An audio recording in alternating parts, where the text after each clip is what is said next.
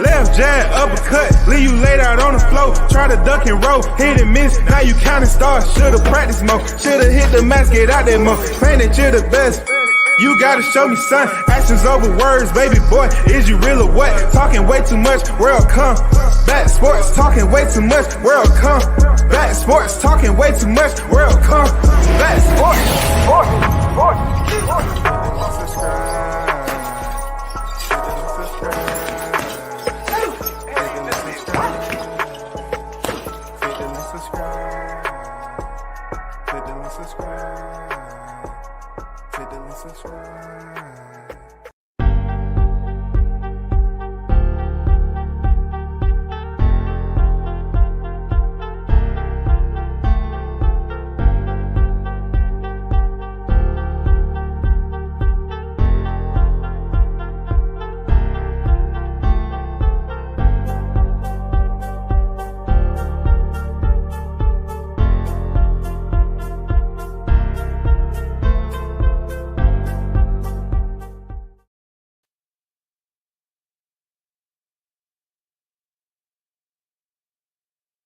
WCS back on the Boulevard. Salute to everyone that's in the building, man. You already know Big Blunts and boxing on deck, man. What's good with it? Round two. Let me pull the drink. Mad Dog H on deck. Yo, what's good with it? Let me start off first, right? You know what I'm saying? Let me just get to the first half of this. You know what I'm saying? I wanna talk about the Teofimo Lopez versus Sandor Martin. They supposed to fight next month, December 10th, and it's a very solid fight. Not only is that a solid fight, but the card itself is a solid fight card, man. Like, it's heavy, you know. So let's get down to it. Brooklyn native, 17-1, 13 KOs. That's Teofimo Lopez, man. The former lightweight king made his junior welterweight debut in August with a 7-round stoppage over Pedro Campa. All right, this is off my press release.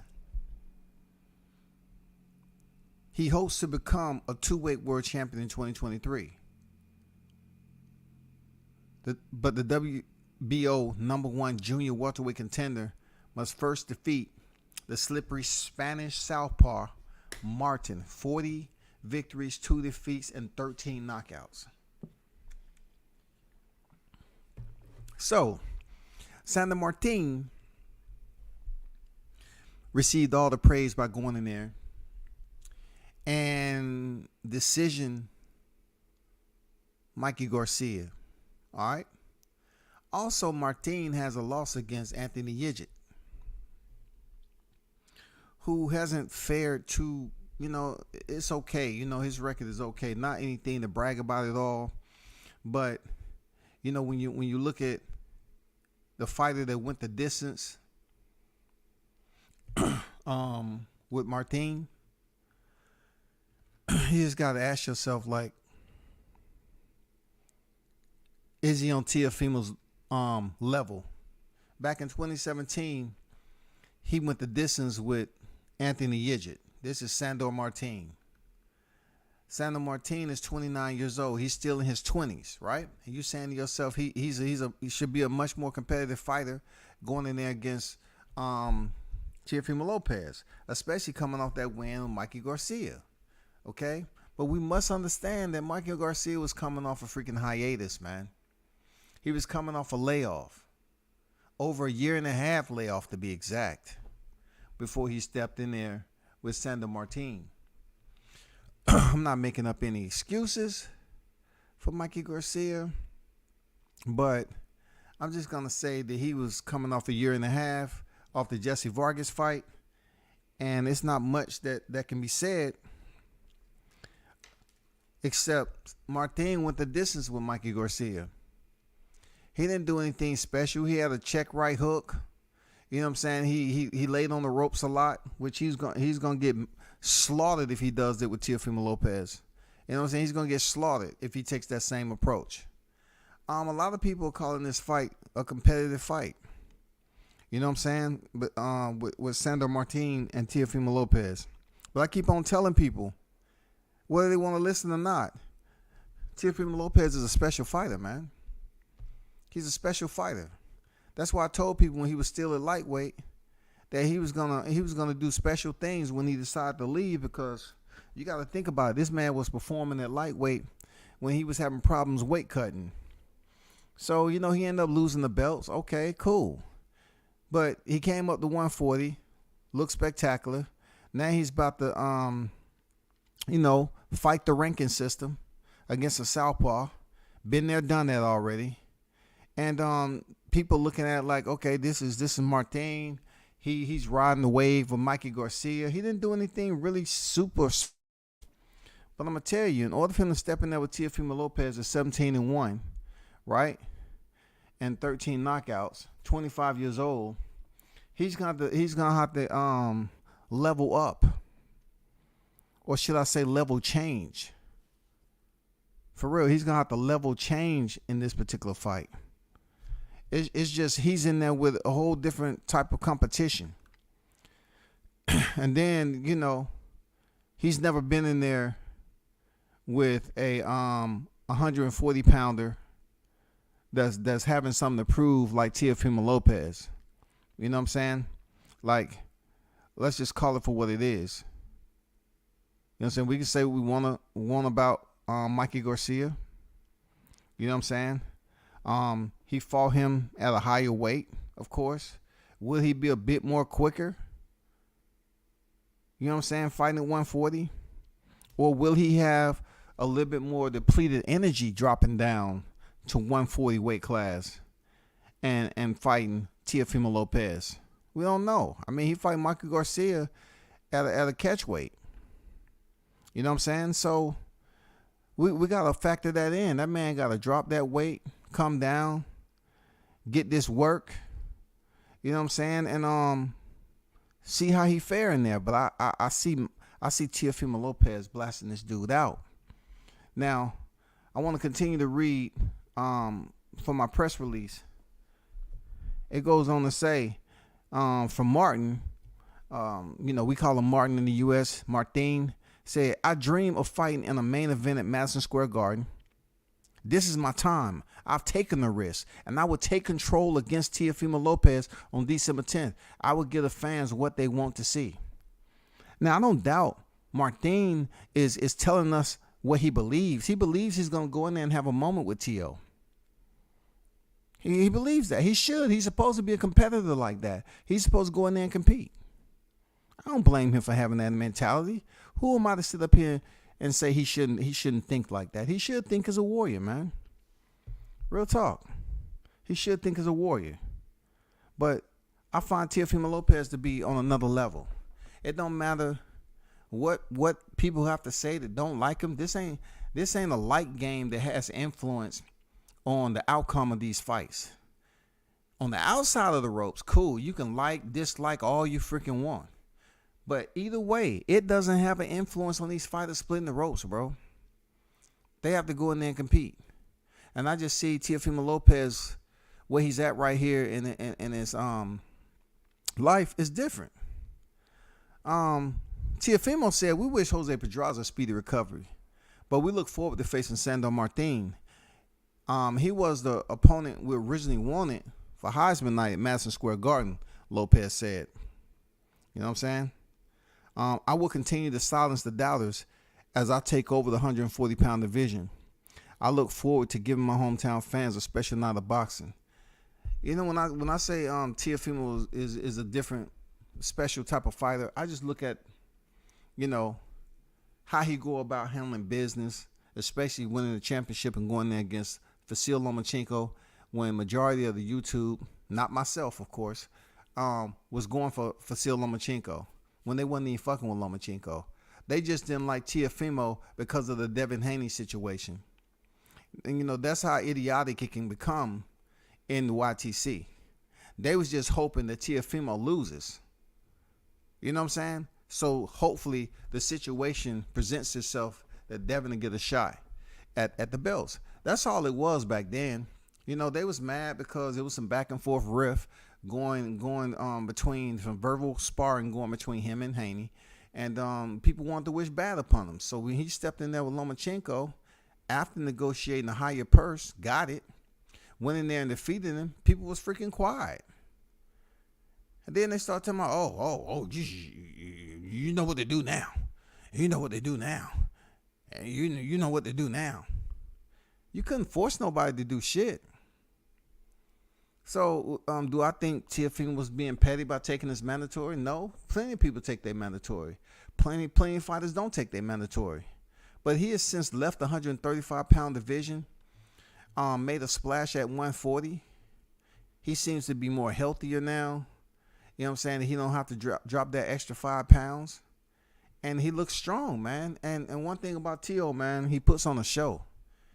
He puts on a show, man. Whether you like it or not, dude puts on a show. He's confident in himself.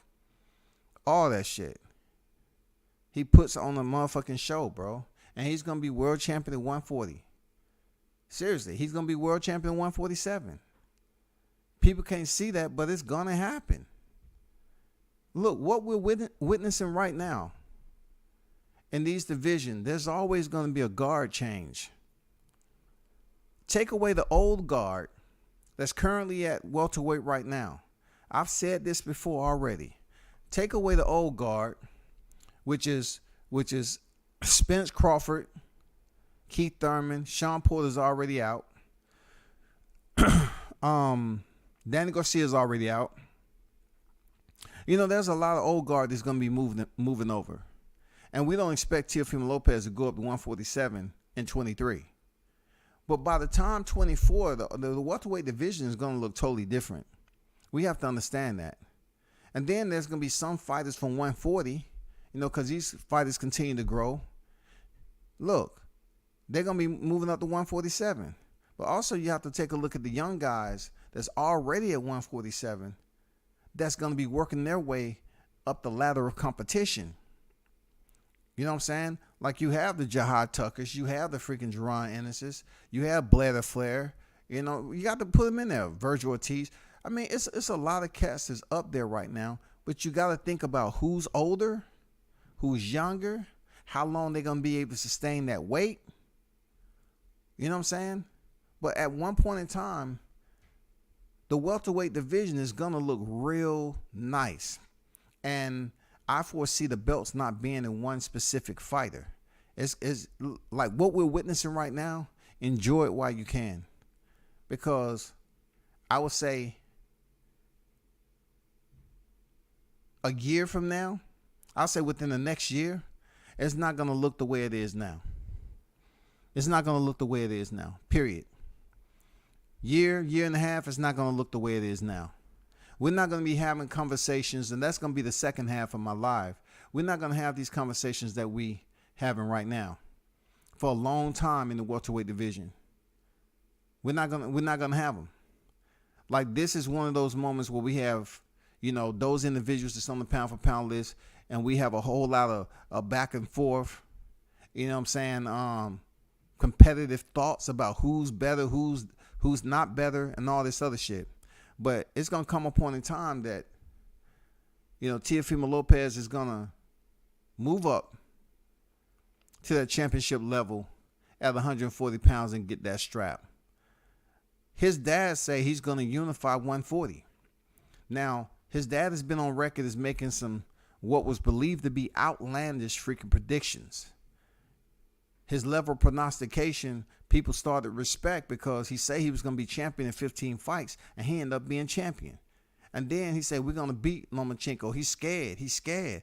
I remember him telling me that, and I was like, I wasn't, you know what I'm saying, convinced. I'm not going to lie, I wasn't convinced. And then he went in there and did it. He fought him very, very well.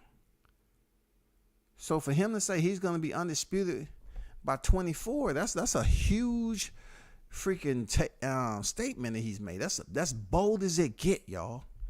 That's bold as it get. Real talk. That's you can take that however you feel. That's bold statement to say he's going to go through some of the big names at 140 and become undisputed, bro. Undisputed, no ifs, ands, or buts about it at 140. It's going to be all the super titles, bro. Josh Taylor was able to do it. He came off them joints. It was said that he was going to move up to 147, but he never did it. But now T.O.'s there. T.O. is willing to give them a spark. We got Gary Antoine Russell. We got Regis Prograis. We got Cepeda up there. You still got Jack Catterall up there. It's just a lot of names. Subriel Matias. It's a lot of fucking names at 140, man. 140 has the names in it to be very, very high. It's just all about if these fighters willing to fight one another. Look at the potential that 130 had. And then Shakur Stevenson moves up to 135 and he stripped his belts for missing weight. Now nobody's even talking about it. Goddamn Hector Garcia about to step in with damn Gervonta Davis. Just when the division seemed like it had so much promise, Shakur Stevenson and Hector Garcia moves up. They move up to 135, bro. That shit is empty. That 130-pound division became the Salvation Army of boxing, bro. You drive by that motherfucker, look in the window. Is anybody there? Shit. I see the damn somebody out front ringing the bell, taking holiday donations, but damn, like it's nothing going on there at all. 135 about to be on and popping, bro. 135 is about to be on. But 140 is about to be even hotter. And when I tell you I'm going for freaking Teofimo Lopez, man, to get this guy, get a win over this guy, and keep it moving. You know, he's there for a reason. He ain't never been stopped before. You know, him and Teofimo Lopez, from what I believe, they have the same amount of knockouts, but obviously, difference of experience when it comes to freaking wins. You know what I'm saying? He has way more wins. But also when it comes to Martin, I think he's 29 years old and T.O.'s like 25, so different in age. But T.O.'s accomplished more. You know what I'm saying? T.O. has bragging rights in his accomplishments. Nobody can take that away. He has more accomplishments than Sandor Martin. You feel me? Also on that card, you have heavyweight sensation Jared the Real Big Baby Anderson aiming for his 13th straight knockout against the battle-tested Jerry Slugger Forrest. Now, anybody know Jerry Forrest, man? He is a very smart individual. Very tough. I don't know if you've seen him in there with Carlos Takam, but he went the distance with him. This is definitely a step up for freaking Jared Anderson. Jerry Forrest is no pushover. He's lost some decisions. You know, some would kind of put him in that category where he's tough enough to lose. But for Jared Anderson stepping in there for his 13th professional fight against an experienced fighter like Forrest is going to be very, very interesting because Forrest brings that experience. He's been in there with some top names. It's just, you know, those top names, he haven't been able to green it up. You know what I'm saying? You have Xander Zayas stepping in there with veteran Alexis Salazar. And, you know, of course, Keyshawn Davis, the 2020 Olympic silver medalist, he's stepping in there with Juan Carlos Burgos. You know, Burgos been in there with some names. You know, Mikey Garcia.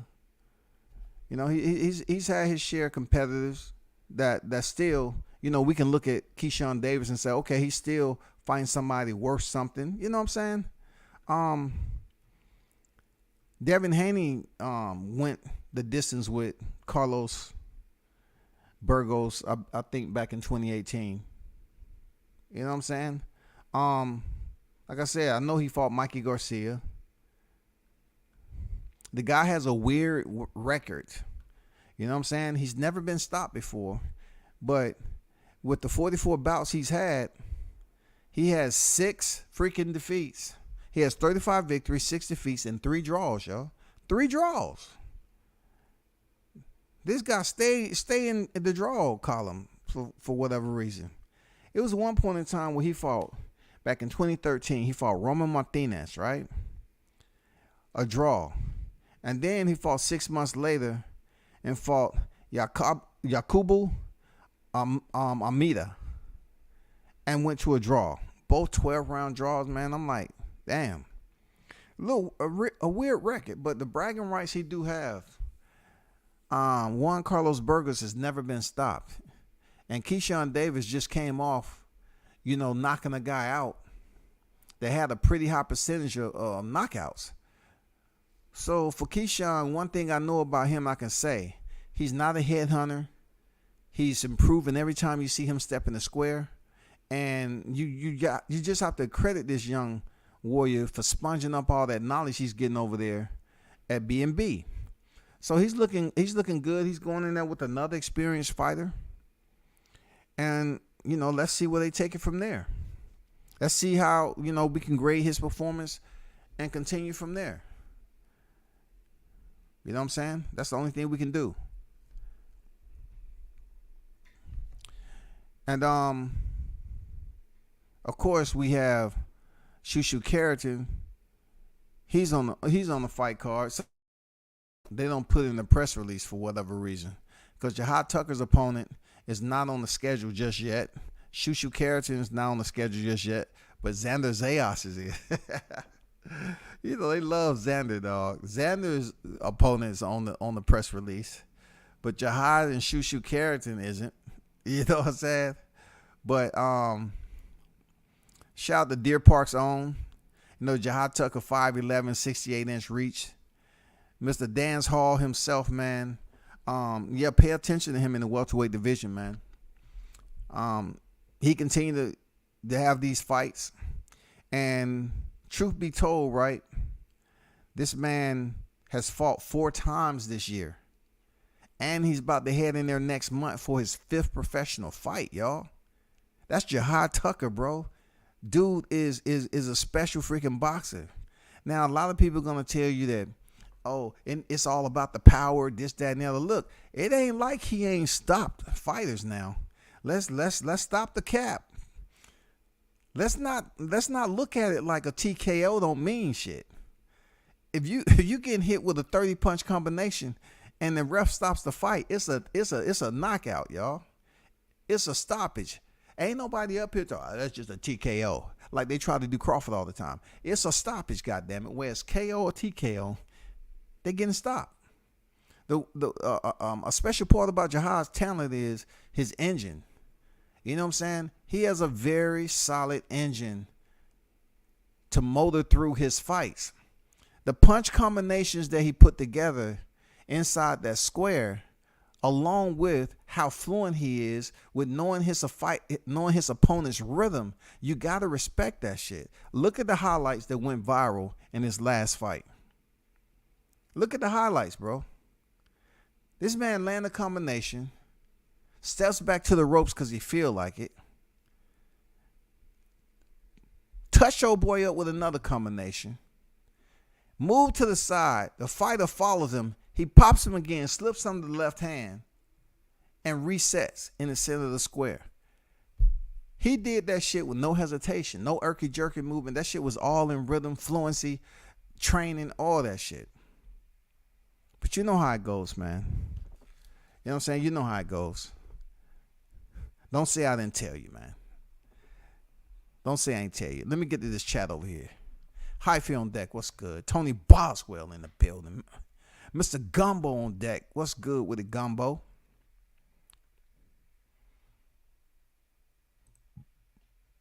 Tyrese on deck, man. Gumbo say smash the like button. Yeah, do that for me. Smash the like button. Appreciate you. You out here in these YouTube streets again. What up?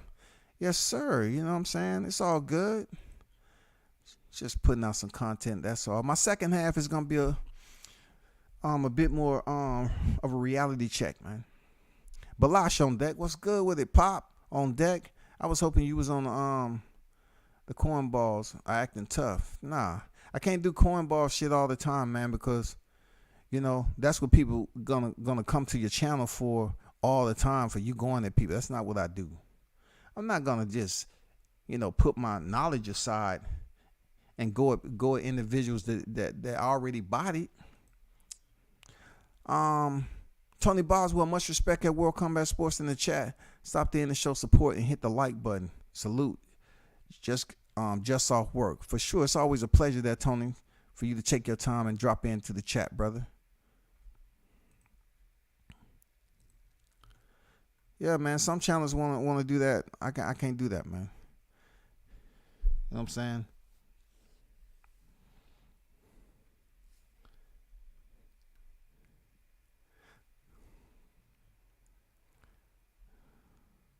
This is Rob. What's good? Salute to you.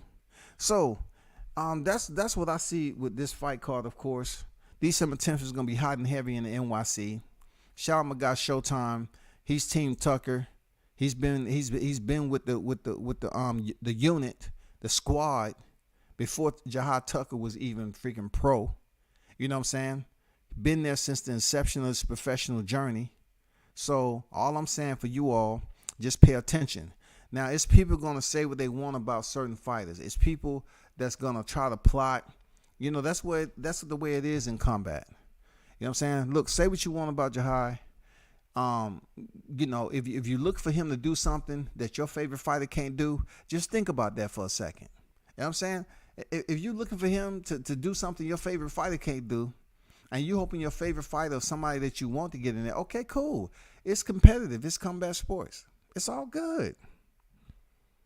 But he is not food like people think. All right? The dude is not food for nobody. I'm just saying, his mentality is different. He work his ass off. His pops know what the fuck is going on. Man, his whole team and squad unit, they know what's up, man. But I don't know. This day and time, people got to be on social media every day for people to understand who they are. You know what I'm saying? They want to talk about the more favorite fighter and all that. Listen, this dude is the goods. He's a special talent. He's a riser in the welterweight division. So me telling you now, Shot News telling you now, it giving you the opportunity to pay attention while he continue to be on TV. You know what I'm saying? When he steps in the ring, it's people cheering for him. You know what I'm saying? Y'all don't have to wait till he go in there with the fighter that you know. Check him out just like y'all checking out Keyshawn, Shoo, Jared. You know what I'm saying? Teofimo. Not everybody can do what Teofimo did. That's a special fighter right there. Like in 15 fights, you get a title shot. Not everybody can do it, but that doesn't mean it's not achievable. All right? That's all I'm saying. Don't mean it's not achievable. It's achievable. So, y'all make sure y'all pay attention to that. The fight is hot and heavy in NYC, and also Terrence Crawford. I can't go without saying that's going down to Omaha, Nebraska with David Avanesian, and they put out that Steven Nelson is on that card. You know what I'm saying? A lot of people, they look at Steve Nelson, they act like they don't know who he is, but he's a very tough fighter, man. You know what I'm saying? So Cole is a very tough fighter. And then they act like the man got multiple losses. He's freaking undefeated. Steven Nelson is 17-0, 14 knockouts. It's just the activity or whatever. But he's going to be fighting on the undercard, and he's going to face James Ballard, 10-4-3. You know what I'm saying? So he'll be on that card, the Crawford's headlining. That's good news, though. That's real good news. So you have a two-way street when it comes to next month. It's going to be here in about a little less than 3 weeks. So pay attention. You know what I'm saying? Whoever you want to watch, you watch. You know what I'm saying? Steve Nelson had this to say. It's been a long time since I've been in the ring, and I'm happy to be back out on a show in front of my hometown. It's going to be a great night as a star of my city. It sounds cliche, but I'm definitely better than I left because I feel like I had a rebirth. I had time to refocus, and the time off makes me hungry to climb my way back to the top. Hey, man, shout out to Steve Nelson, man. Shout out to Steve Nelson. We want to see you go in there and perform also. See you get back in there. Um, Steve Nelson, his last fight was September 2020 against DeAndre Ware. You know what I'm saying? He stopped him in the 6th round. Out of 17 victories, only 3 of those was decisions. So he has 14 knockouts. You know what I'm saying? So he's a tough dude, man. So cold, he can freaking box. But everybody's career is different. You feel me? Everybody's connected to somebody. You know, it's according to how quickly they're pushed, how much activity that they can put forth in a single year. It all depends, bro. You know what I'm saying? It all depends, man. You look at David Morrell. He barely has, he's not even breaking the double digits yet with wins, right? But people up here believing that he's ready for David Benavidez and all those big names, Caleb, Darrell, all those big names up there. It all depends, man. Like, who's pushing you? Who's the vehicle behind you, man? That's the difference with boxing. Who is it?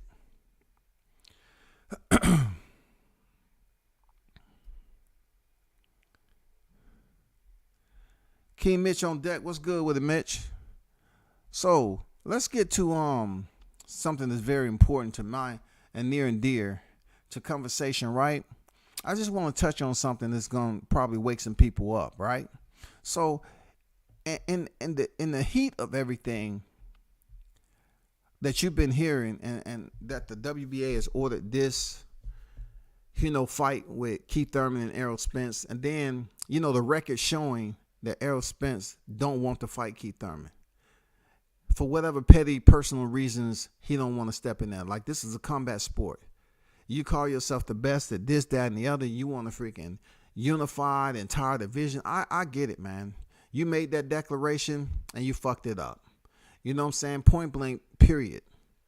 You know what I'm saying? He made the declaration, but now he knows he's incapable of fulfilling that manifesto. Look, I go on record as saying, I don't think this fight gonna happen. I don't think this fight's gonna happen, bro. They're up here talking about the winning between Ortiz and Stantiones. You know what I'm saying? Whoever the winner of freaking Thurman Spence, if that fight even go down, they have to fight the winner of Ortiz and Stantiones. That don't sound like no Bud Crawford and freaking Spence to me. It's gonna take more than just a damn same chorus line and freaking anthem, man, falling on deaf ears about some freaking contract that was never in existence. This shit was a draft and it never moved anywhere close to no damn contract. You know what I'm saying? So believe what you want, whoever's in that category. But I'm gonna go on record and say the fight ain't happening. Now, I'm not putting a time limit, as far as it will never happen. No, let me clean that up. I'm not putting the word out there that it will never happen, because it can happen in another division. I'm going on record as saying, if we're looking for this to be a point of interest in 2023, you might be once again a part of a dysfunctional relationship. You're willing to return back to the scene of abuse, which is YTC. You want to get beat up, slapped around, spit on, you know what I'm saying, of this abuse in 2023. When Crawford finished this fight, remember, he has a Mando in May. I believe that Crawford is going to be fighting his Mando when that month come around. He's going to be fighting his Mando, bro.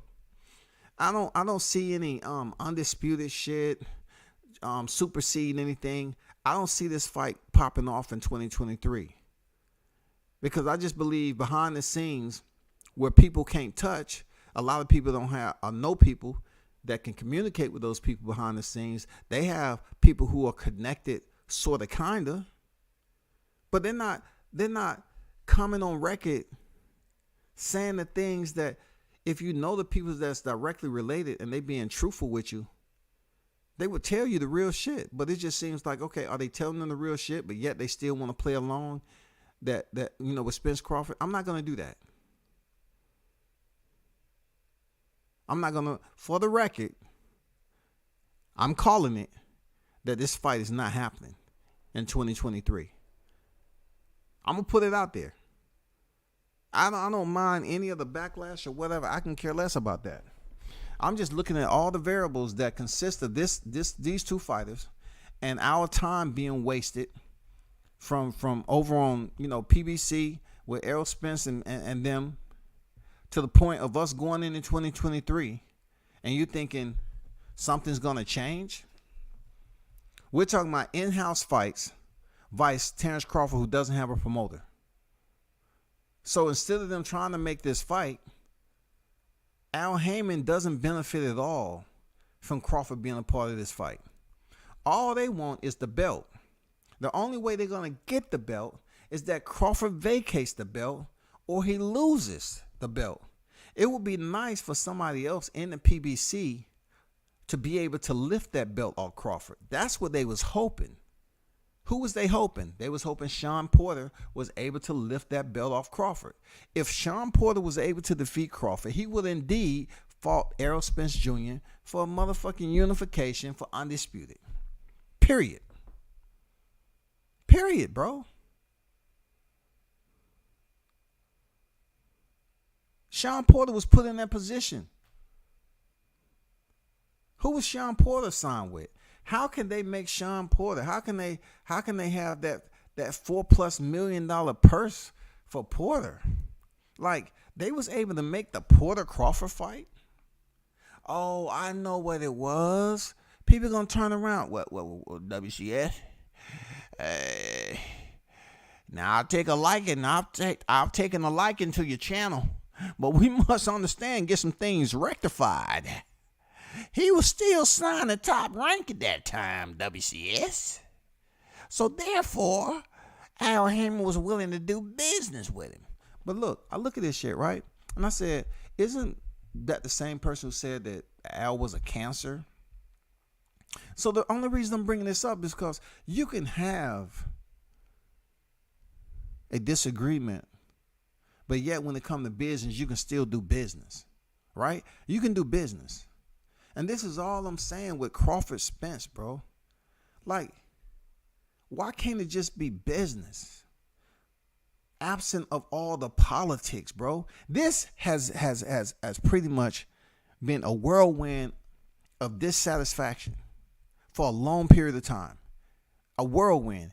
Now, it don't matter whatever you say. I called it.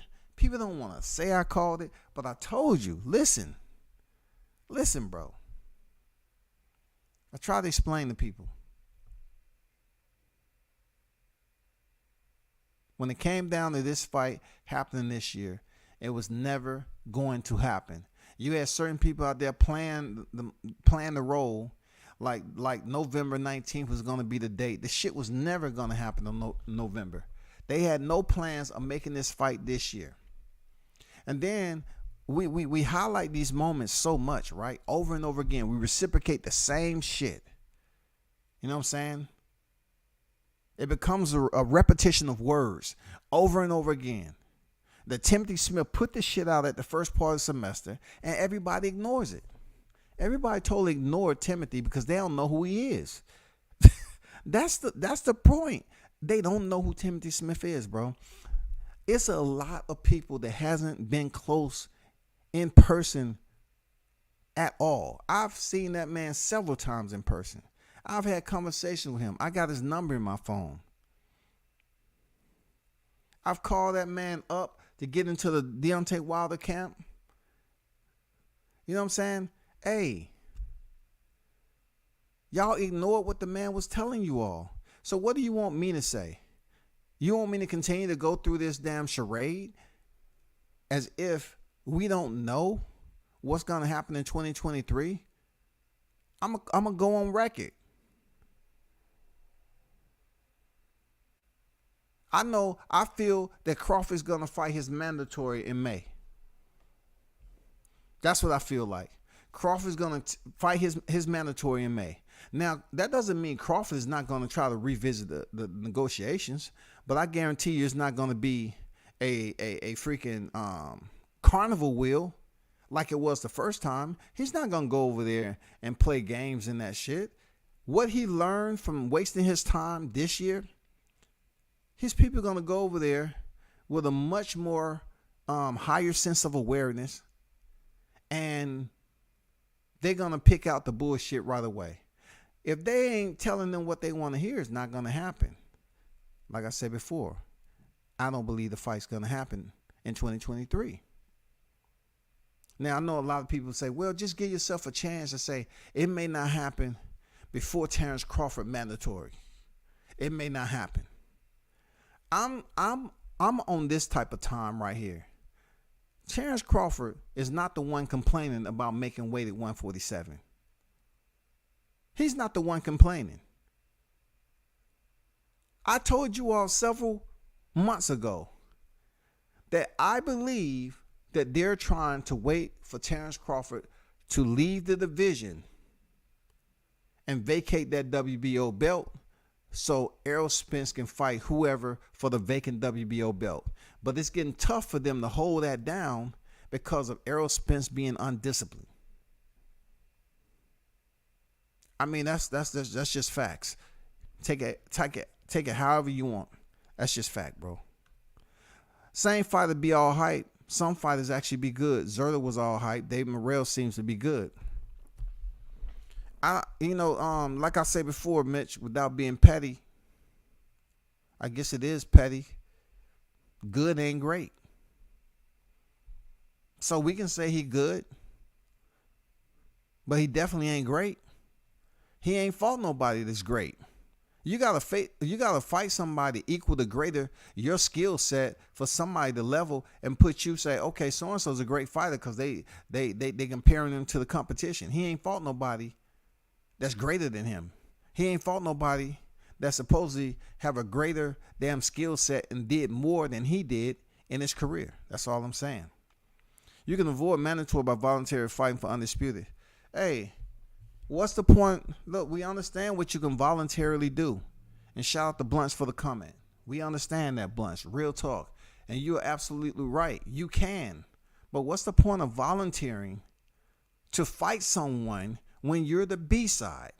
You can volunteer all year long to fight somebody, and you're going to be in the same predicament than you was in 2022. Errol Spence fought your Dennis Ugas in April, and we didn't get shit from there on. And I was told the fight wasn't going to happen this year. I was told back then. I was told that shit. They say, man, you can tell the motherfucking YouTubers, man, you can tell all them dudes putting out fake news, the shit ain't happening. And I just never did, man. I just say, I'm going to keep this to myself, man. I was leaving hope. I was like, man, hey, I hope this shit happened, man. I don't want to be a freaking angry bird. None of that shit, man. Like, I was hoping, but I was told straight up, the shit ain't happening, bro. Take it however you feel like it.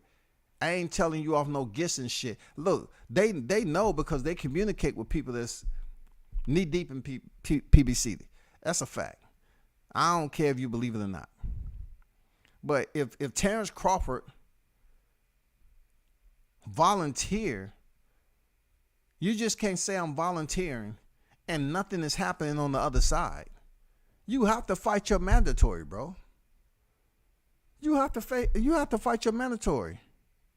Especially if your mandatory enacts his position. If they activate that mandatory clause, unlike Ryan Lyon Garcia did when Devin Haney was in place, nah, man, don't touch me, man. I get my attorneys on y'all. I ain't activating the motherfucking thing, man. If his mandatory refuses, whoever that may be, whoever they finagle and finesse into that position, if they don't activate it, then it's a no conversation. You know what I'm saying? There's no need to talk about it.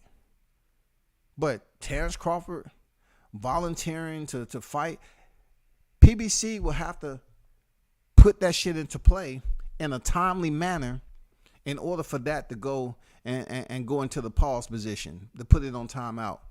You know what I'm saying? Because we all know that a unification for undisputed trumps that, right? But it just can't be that Terrence would say, okay, I'm trying to still work with freaking PBC. I'm still be patient. Held up. I get to that mandatory when I get to it. Be patient. See, I'm gonna tell you, Stanthionis. A lot of people ain't talking about Stanthionis, but Stanthionis took about 500K. You know, who wouldn't take a step aside money like that? Who wouldn't? It's some people get paid, and then others, man, they don't even want to pay because people just don't want to look at it. They don't want the freaking fight. Stanthionis ain't no freaking, like they say, man, we just give you step aside money because we want to do business for something else. We got bigger fish right now. We got chips we trying to get. It ain't fish and chips either. It's championships. You know how that goes. So Stanthionis said, cool. You know, shit, I'm going to step aside. I'm good. No doubt I'm good, bro. Do what you got to do. I got paid. Check look good. Money feel right. I'm about to go out here and get me some new clothes, everything. I'm good.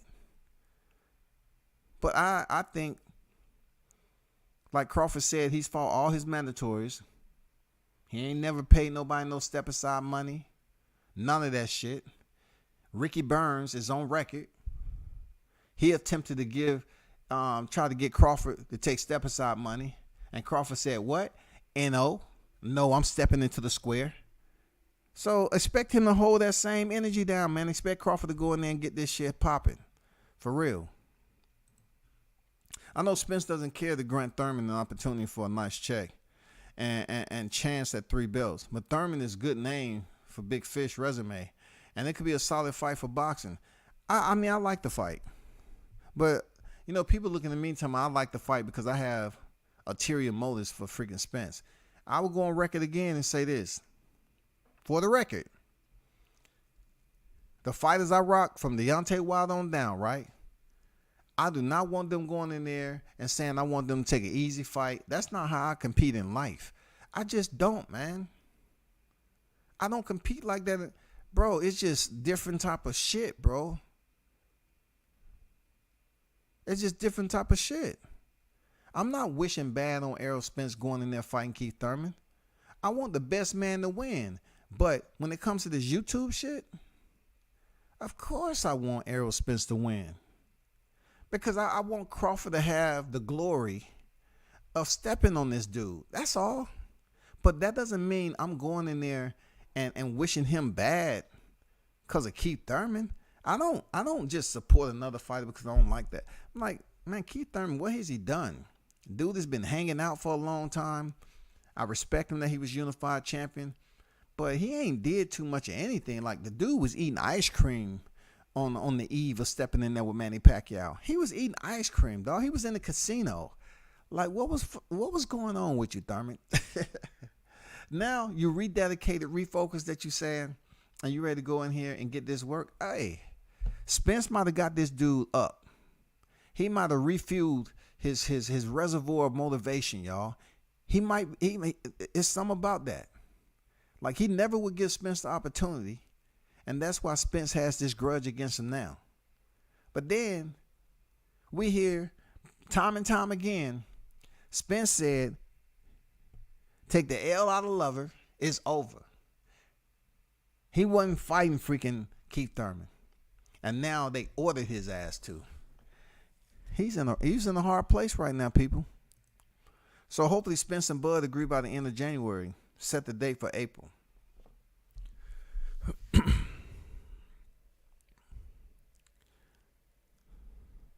So Blunts, let me say this again. They can't set the date for April, bro. They can't set the date for April.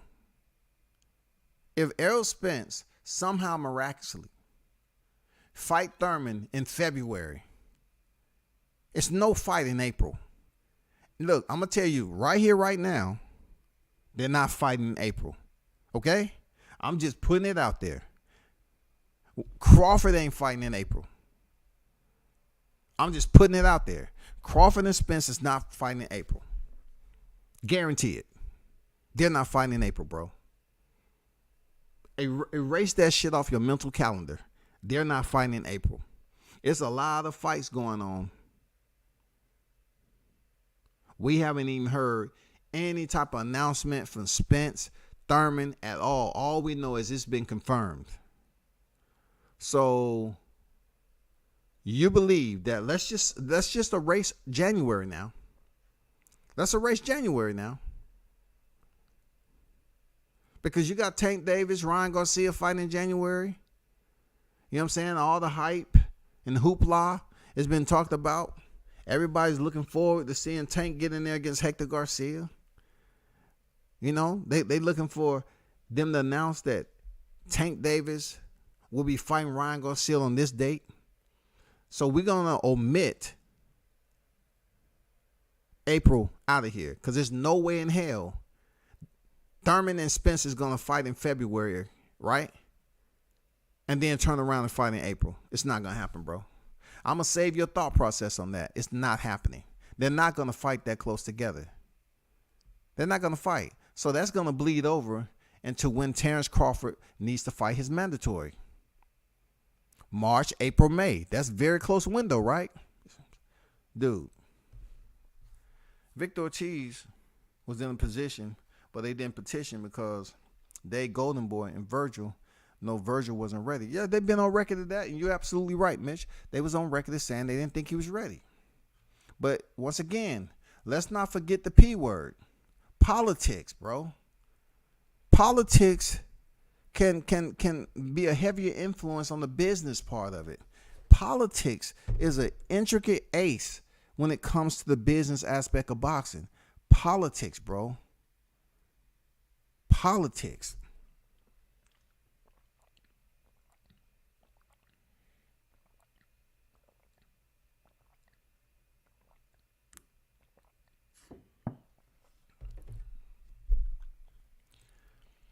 I'm sure Spence vs. Crawford is all business.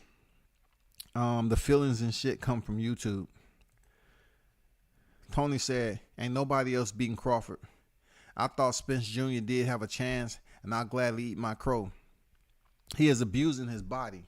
Can't be elite and strung out on the same type of pills. Prove me wrong at PBC. Man, talk that, bro. Talk that. Goddamn flamethrower in the building. Blowtorch in the building. Somebody grab that arsonist. He's in the chat lighting shit on fire. Endo on deck. What's good, brother? Boxing has the fans all fucked up. I ain't with all the anticipating and speculating on what fights won't happen. I'm down to watch the fights for sure. I agree. But look, when you're a content creator, right? Or you one of these individuals that go to fights and talk to people. And then we have these human beings who say, well, off the perception, off the eye test, I need to watch somebody that has larger numbers, right? But yet, when certain information come out from those larger names, you know what I'm saying, that's more well known, like the Coppingers, Idix, Iolis, Kellermans, and all that shit, right? They even dispute them. They even dispute what the fuck they say. Oh, they don't know what they talking about. But then, you know, Coppinger turned around and put out some shit that Crawford's supposed to get an 8-figure payday, right? They run with that shit. They run and take it for criticism. Oh, man, I'm going to use this shit. I'm going to spit all on with that shit. Man, fuck that. They use it like tobacco, bro. I thought Coppinger, you didn't care what the fuck he said. And Coppinger's been wrong. So when he's wrong, they'll be like, oh man, nobody ain't fucking with Coppinger. But then he say something that they can grab hold to use as freaking weaponry towards talking about Crawford. They do it. If they can use it towards criticism, they'll do it. But they'll take an eye test on YouTube and they will assess how many people that you're tuned in. And they believe who they want to believe. That's where shit get pushed to the wayside. You know what I'm saying? That's where you have a whole lot of fraud, waste, and abuse when it comes to people being listeners. They listen to so much rhetoric. Their filtration system is so clogged up. They don't know what to process and what to process. Real talk. It becomes that convoluted, man, that people just sit on here and lean close into this shit. They believe that the mainstream people don't tell the truth, but yet they're coming here and believe channels that's known for clickbait and known that YouTube has a system that is capable of being manipulated. You can buy views. You can buy subscribers. You can purchase all that shit for YouTube and IG. It's proven. So, like I say before, over and over again, if you have this amount of subscribers and those subscribers are not dropping super chats to you every time that you live, are they truly organic subscribers, or are you just doing it for the numbers? What's the point? I don't want to purchase freaking subscribers and viewers, right? If they're not organic human beings, what are they doing for me? They're boosting up my algorithm? I don't fucking know, dog.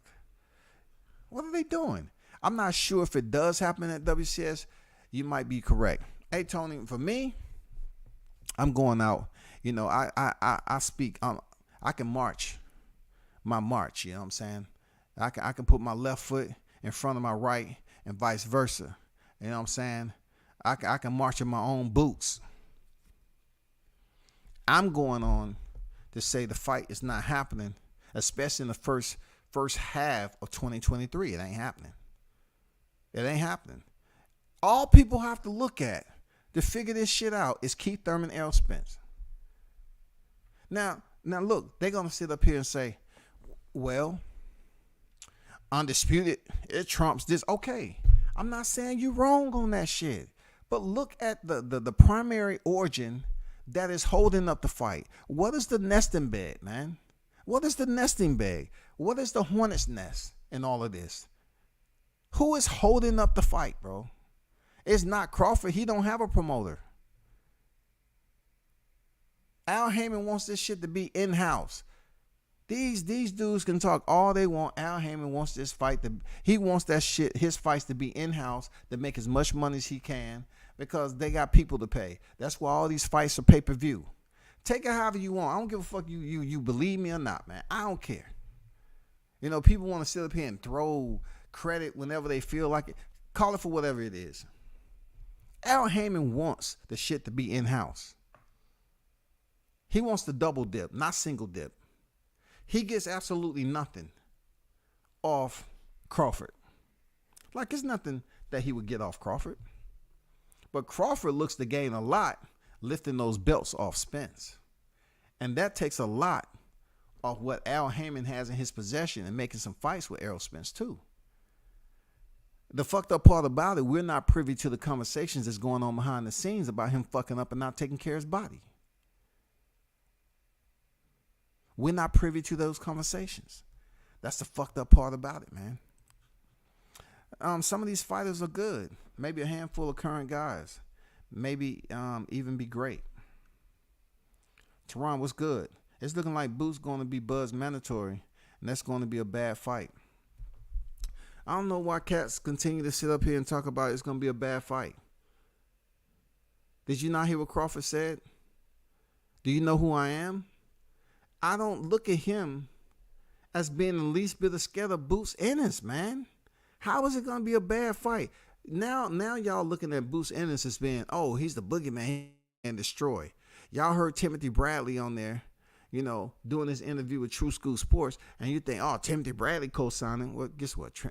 Timothy Bradley has co-signed a lot of people. Timothy Bradley has been right on some things. He's been wrong on some things, okay? But every time Boots Ennis' name come up, right? Why do y'all believe when it comes to Terrence Crawford that it's a bad fight for him? He says he's the best fighter in the world. He ain't scared of no Jerron Ennis. Jerron don't have nobody on his resume to come close to a Bud Crawford. close at all. Not Sergey, not Castillo, not freaking Thomas Delorme, not freaking Chris Van Heerden. None of that shit, man. Who is he fought? Y'all wanna look, y'all. I'm not going at you, bro. Tehran, first of all, I'm not going at you. I'm just speaking out, right? But these cats that sit up here and scrutinize the fuck out of Terrence Crawford resume. But yet, all of a sudden, Jerron looks good to the eye test. I tell you, Boots is the future, no doubt about it. But if he's Crawford's freaking mandatory come up, it is what it is, dog. He gets his shot. Why do y'all believe this dude who has all these fights, he's somehow going to go in there and wash Bud Crawford?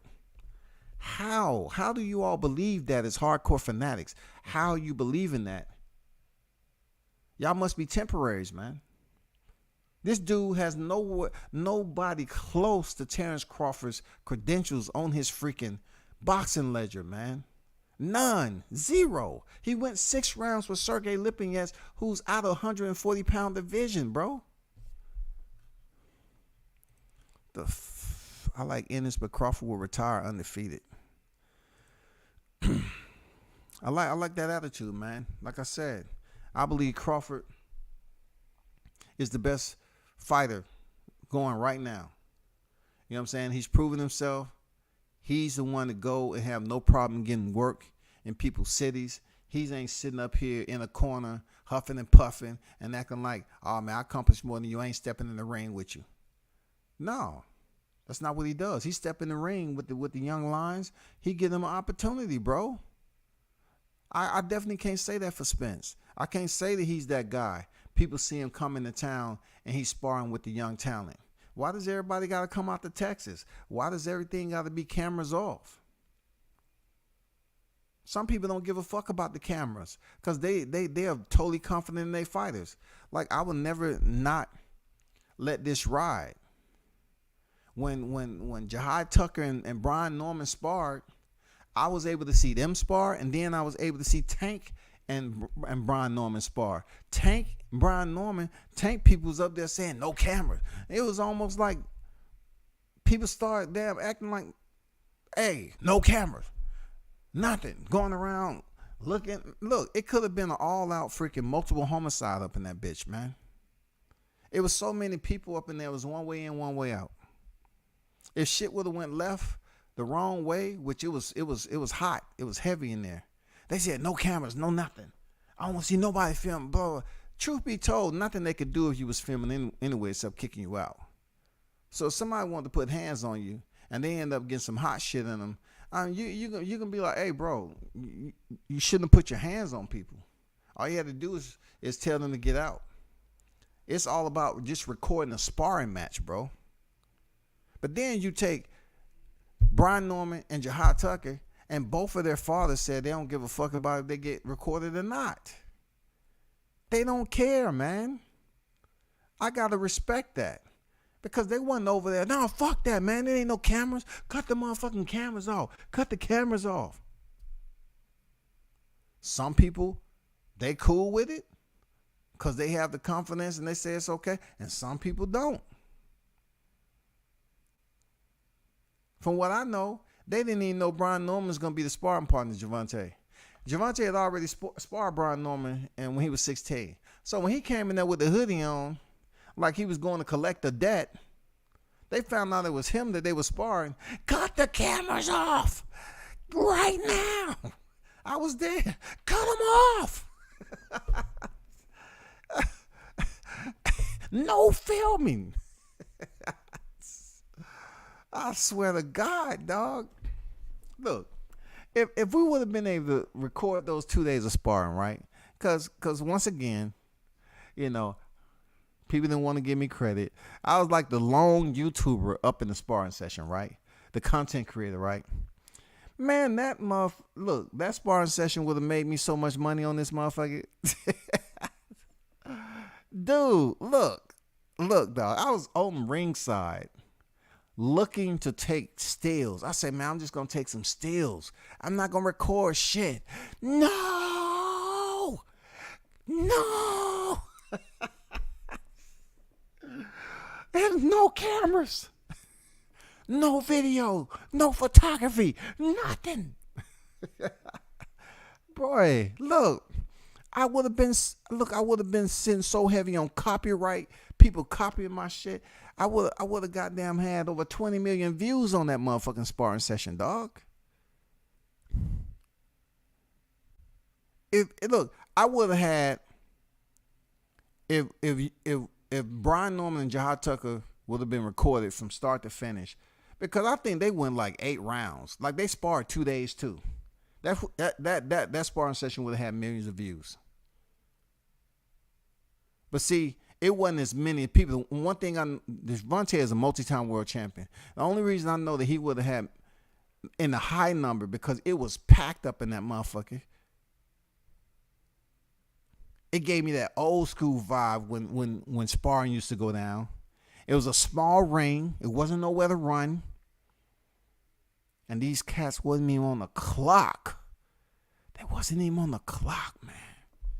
Jesus Christ, they wasn't even on the clock, bro. They did like 3 rounds on the clock or something like that in the first sparring session. And then shit started being so, fuck that. Yeah, cut the motherfucking clock off.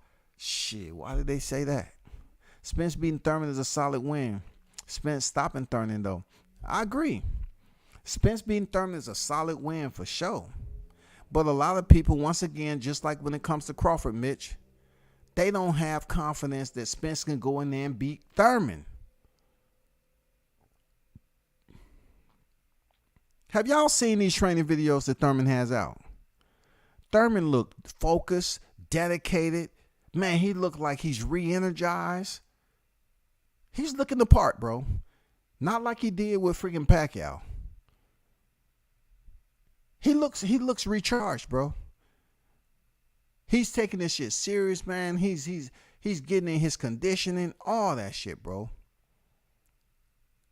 I don't know, man.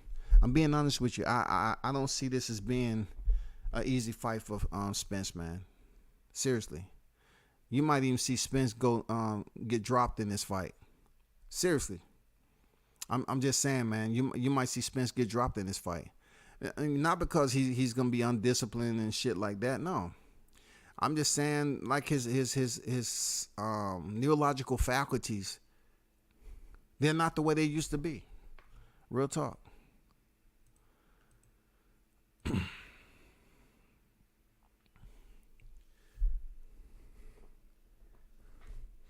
Now I could be petty, Mitch, right? And turn this entire live into something totally different. I mean, listen, we're not talking about him being elite. All right? Let's just say when you can call somebody elite because they have been able to unify. They have became 3-time world champion. Well, it's more times than that, but they picked up, they're currently unified holding 3 titles, okay? And then you look at how many divisions. Then you look at who they picked up the titles from, right? In order for you to look at him above the rumor mill or the sidebar conversations on who's better, him or Crawford, he needs to fight Crawford while he's in the welterweight division. Crawford stands above him on the pound for pound list no matter where you look. There's no pound for pound list that has Errol Spence Jr. in front of Terrence Crawford. Who has he defeated for him to basically change over and shift places with Terrence Crawford on the pound for pound list? What division has he ever became undisputed, brother? People can say he's elite 1,000 freaking times, but he's still a welterweight who has video and audio out there that makes it shaky for people to believe that he's willing and able to prove that his legacy exceeds Terrence Crawford. And the only way you're going to exceed Terrence Crawford's legacy, you need to start getting on that motherfucking gas, dog. You've been hanging out at welterweight. You said you wanted to be undisputed, but yet Your peoples don't want to make the fight. They have money issues. They want in-house fights. This shit has been said and talked about over and over again, and people just ignore this shit. What do you want Crawford to do? He can go over there and revisit this shit all he wants. If it starts dragging out again, what you gonna do? Get mad because he said, man, fuck that. I ain't doing that shit no more. They ain't trying to make the motherfucking fight in 23. I'm not gonna sit around for this shit. I just fight my mandatory, whoever that may be, and it is what it is. And then, let's just say Boots is a mandatory. You think people ain't gonna be tuned into that motherfucking fight? Absolutely. Absolutely. Boots is not don't have to worry about all that other shit. He signed directly to Showtime. Y'all know who his manager is? I'm just saying, y'all know who his manager is?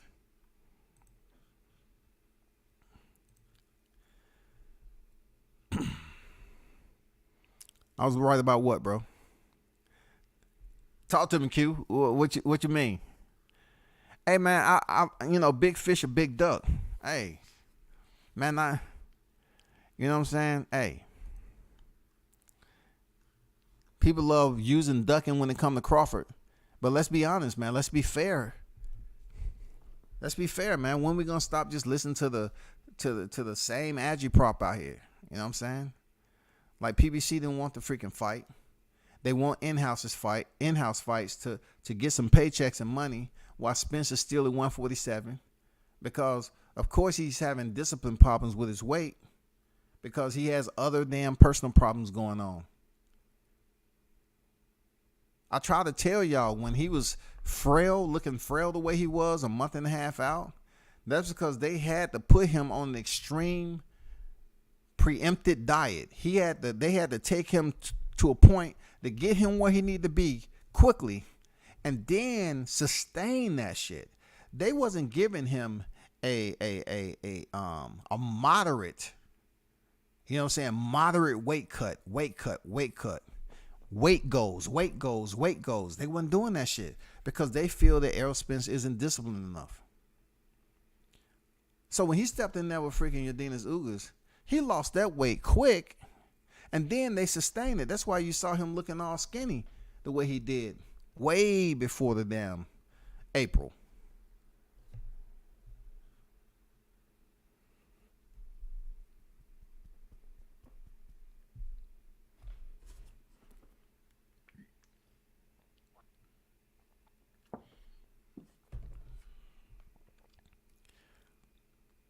Virgil versus Stanionis is signed for March, early April. Win against Spence Jr. and whoever he fights. And they don't fight for undisputed. And you know that undisputed does have a primary factor. We know that, all right? Even WCS knows that, right? But I'm telling you, in-house fights, man. I'm telling you that they are sizing those individuals up. Yeah, you know, fights are being ordered and everything else. But look at it, bro. Him and Crawford is for all the marbles. All the marbles, man. Everything. Wipe the table clean. Done, sir, done. Everything, bro. Crawford has already been undisputed at 140. I told you all this before. Errol Spence lose those belts, it's over. It's over. You think Mar Charlo's sitting around doing nothing? Come on, bro. You think Errol Spence is going to be in the AT&T Stadium having these fights when he lose those titles? You actually think that's going to... Who's going to come see him? He's a has-been, bro. They already know how he's fucking up in his personal life. When he lose those titles, they're not going to say, man, nah, bro, I just watch that shit when I watch it, bro. Man, you know, we was looking forward to him beating Crawford. He looked bad against Crawford. He got his ass knocked the fuck out in the 4th round. I mean, that looked bad, dog. You know what I'm saying? Crawford goes in there and punished this dude.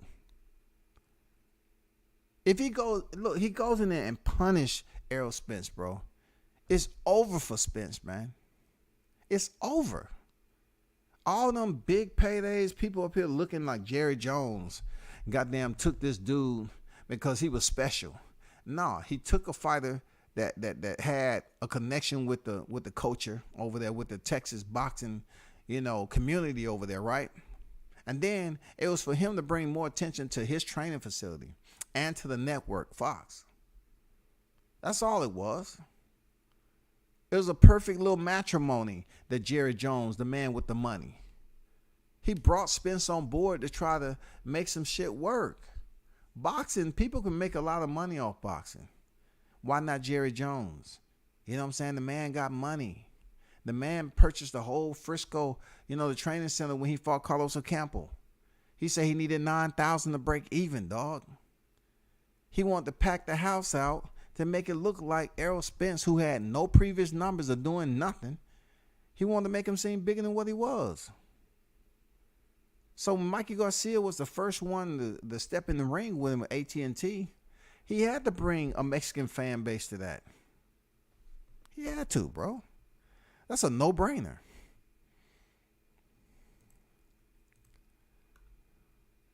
Bob said, for that fight to be made, Crawford needs a promoter. Crawford lacks of having promoted is part of the reason why the fight hasn't happened. We need to understand the possibilities and impossibilities. Y'all ride off the co-hanger of one suit. Bob Arum is one suit in the boxing game, bro. It is not impossible for a fighter to make a fight with attorneys and a manager. It is not impossible. Bro, it is not impossible for Crawford to make this fight with PBC just because he don't have a promoter. It is not impossible. And he's established. And he's on the pound-for-pound list. It's not impossible. Now, you take a regular Joe and come in there and try to make a fight, they're going to take advantage of them. They're going to run their ass into the wall over and over again until they get their senses right. You good? Is that enough? Okay, don't come back over here without a promoter, dog. Now go put some ice on those knots now. You don't want them to goddamn get infected. Put some, and over your right eye, you got like a little cut going on there. But Crawford is already established, bro. He's already has his credentials. He's established. So what? It's not what? Find me a policy in the sport of boxing, right? Because it's not regulated, so you're not gonna find it. But find me a SOP, standard operating procedure, as a fighter needs to have a manager. If that's the case, we wouldn't bring up how Roy Jones, who's still one of the most biggest names, who's still out there living on mad acres. Was people saying that when he was going around him being independent? Was it impossible for Roy Jones to get fights? Is he not a multi-division world champion?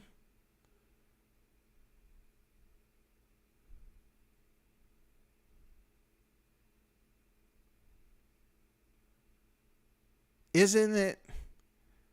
Don't we hear this shit all the time coming out of the PBC? That, hey, I don't think y'all know this, but I heard the dude say this. I usually charge for this game right here. But what Al Heyman does, he has every one of his fighters have a promotion. And with that promotion, it's like they have their own business. Man, stop it. Anybody can get their own promotion company. And yes, it looks good for them getting paid a certain amount of, whatever the arrangement is. Okay, cool. But once again, it is not impossible for a fighter to enter negotiations absent of a promoter to make a fight. It's just Al Heyman is making it difficult for Terrence Crawford because he is a primary player in the game. Take away the WBO title from Crawford and they can make the fight. He has the motherfucking title, yo. He's making it difficult for Crawford to go in there because Crawford is not only a title holder, but he is a dangerous motherfucking fighter. He's challenging Errol Spence legitimate for his three championships. That's why this fight is difficult, man. We can't act like it's impossible to make a fight because you don't have a promoter. Why does a fighter have to go sign his life away? Let me ask you this. Who is Boots' promoter? Who is Boots signed to? Anybody? Anybody want to tell me who is Boots signed to? I'm gonna ask you a broad question. Like, who is Boots Ennis signed to? Somebody answer that. Who is he signed to? Please. Somebody, please drop that in the chat. Who is Jaron Ennis signed to? Is he signed to PBC? Is he signed to TGB? Because PBC is not a promotion. Is he signed to TGB? Who is Jaron Ennis signed to, bro?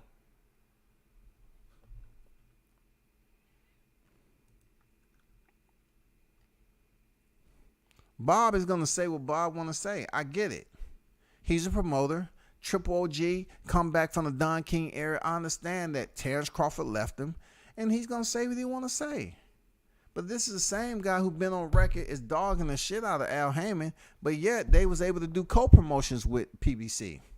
I mean, with TGB. So, hey, man, you know. Yeah, man, he had a triple scoop of ice cream with goddamn chocolate Hershey syrup on top, dog. Goddamn Keith Thurman was in that motherfucker goddamn feeling his belly. This is good. Hey, waitress, can you give me another one of those? This is absolutely delicious. I was told not to, Thurman, by those guys over there. They asked me to tell you to leave the casino immediately. Oh, okay. They say you had a championship fight tomorrow. What are you doing, son? You're blowing it, son. You're blowing it. They told them, you're blowing it.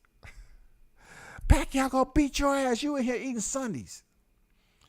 Virgil team is asked for petition in Stantion's fight to get a chance at a title when they could have fought Crawford for a title.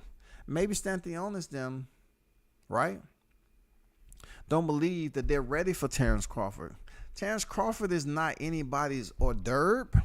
He's not anybody's appetizer. He's not anybody's entree, man. These guys know Terrence is a problem. He's a deleterious fighter, bro. They know that. Mitch, you better than that. You understand where I'm coming from with this shit. Why would you think these young lions want to face somebody who they've seen? You know what I'm saying? Somebody who they know that's stopping people's cities and get work. Somebody who's proven to not show every type of damn boxing, every type of damn tool that he has in his boxing cachet. People saying, oh, well, he doesn't show everything and all his type of skill set. But yet he's still stopping dudes. He's still going in there and showing he's tough. He's showing he's a multifaceted, versatile individual. And you wonder why Stantionis and Ortiz ain't trying to step in there and get their ass beat? Dog, he ain't easy like that. Ask Jeff Horn, man. Ask Jeff Horn. Ask Jose Benavidez, man. Ask Igis Kavalauskas. You don't have to ask Kell Brook and Sean Porter because they know already. Damn, I really want it undisputed in the welterweight division and the heavyweight. What's the deal? Why can't we get these fights? It's been too long for a lot of divisions.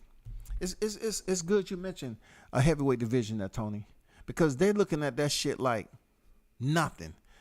They don't even freaking care. These are the same people that was up here talking when Deontay was heading in there with Fury, right?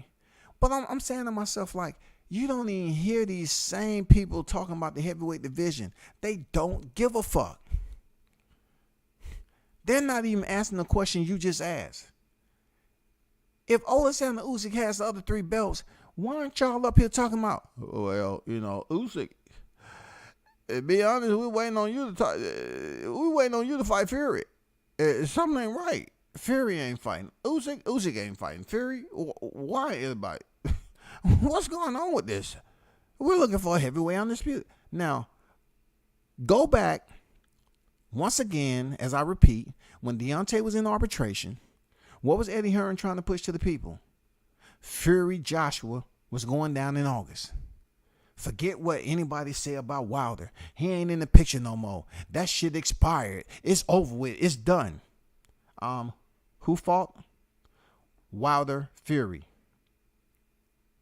Since the trilogy has been over and Alexander Usyk retained his titles, you don't even hear shit about anything coming to fruition except, well, Usyk said, he'll fight Fury if he want to. Man, Fury up here talking about giving Derek Chisora a third fucking fight, y'all. Get the fuck. What the hell we doing, man? He want to give Derek Chisora a third fight. I just think a trilogy between me and Chisora is what the people want. Excuse me, my voice is not hoarse. This is just my voice. Yeah, I want to fight Chisora. Yeah. Oh man, I'm with you there, Tone. I want to see Undisputed too, but man, I'm going out and say for myself, I don't have confidence that this fight is going to happen in the first half of 2023. I did not say EVER. I never said EVER. So I don't want nobody, taking my words and scrambling them and shit. I never said EVER. I said I just don't have the confidence that the fight is going to happen in 2023. I was on record as saying it's not going to happen. You know what I'm saying? So I'm going to stick with NOT. I'm going to stick with it. I ain't going to say any possibilities or anything. I don't think it's going to happen. I don't think it's going to happen, y'all. All these teams pushing paper. That's what they there for. Andrew, the Spencer Hawley jumped on the Boost train when he beat the Warmay, who was on a 2-5 losing streak. It's just saying, I'm like, come on, man. Look, just because you put the facts out there, Andrew, don't mean you don't like. I like Jerome Ennis. I like the brother. But let's be fair. Let's be fair with ourselves. Let's be honest, too. He ain't fought nobody. He go in there and fight Crawford. And y'all find him after he get through the first 3 rounds and shit ain't sweet no more. And Crawford start to teach this cat, hey, man, I do this. It's levels to this shit. I told you I was the best fighter in the world. You thought I was just doing the IG live? No, I meant what the fuck I was saying. I'm the best fighter in the world. I wasn't saying it just to see if you believed it. I was saying it because I believe it. People up here, Boost Ennis. Boost Ennis. Why don't Crawford fight Boost Ennis? Shut the fuck up. Y'all not even confident in Errol Spence fighting Crawford. Y'all just want to protect your little baby. See, Jerron Ennis, what y'all really want to do is use him as a sacrificial lamb. To the eye test, you up here throwing him, you want to throw him in the den because you don't even really have no attachment to him. But y'all motherfuckers got an attachment to Errol Spence, though. Y'all have an attachment to this dude. Real talk. Truth be told, these dudes have a vicarious attachment to freaking Errol Spence Jr., y'all. He's cool. You know why them niggas in Texas rock hard? Because he be out in the club.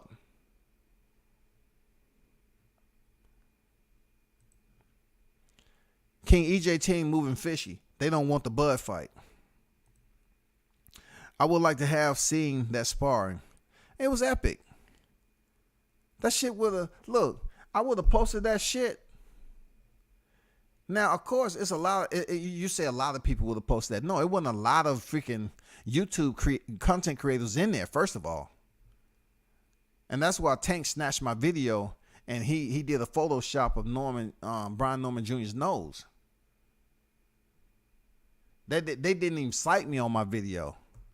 They just took the motherfucker, edited it, and put it out there. You know what I'm saying?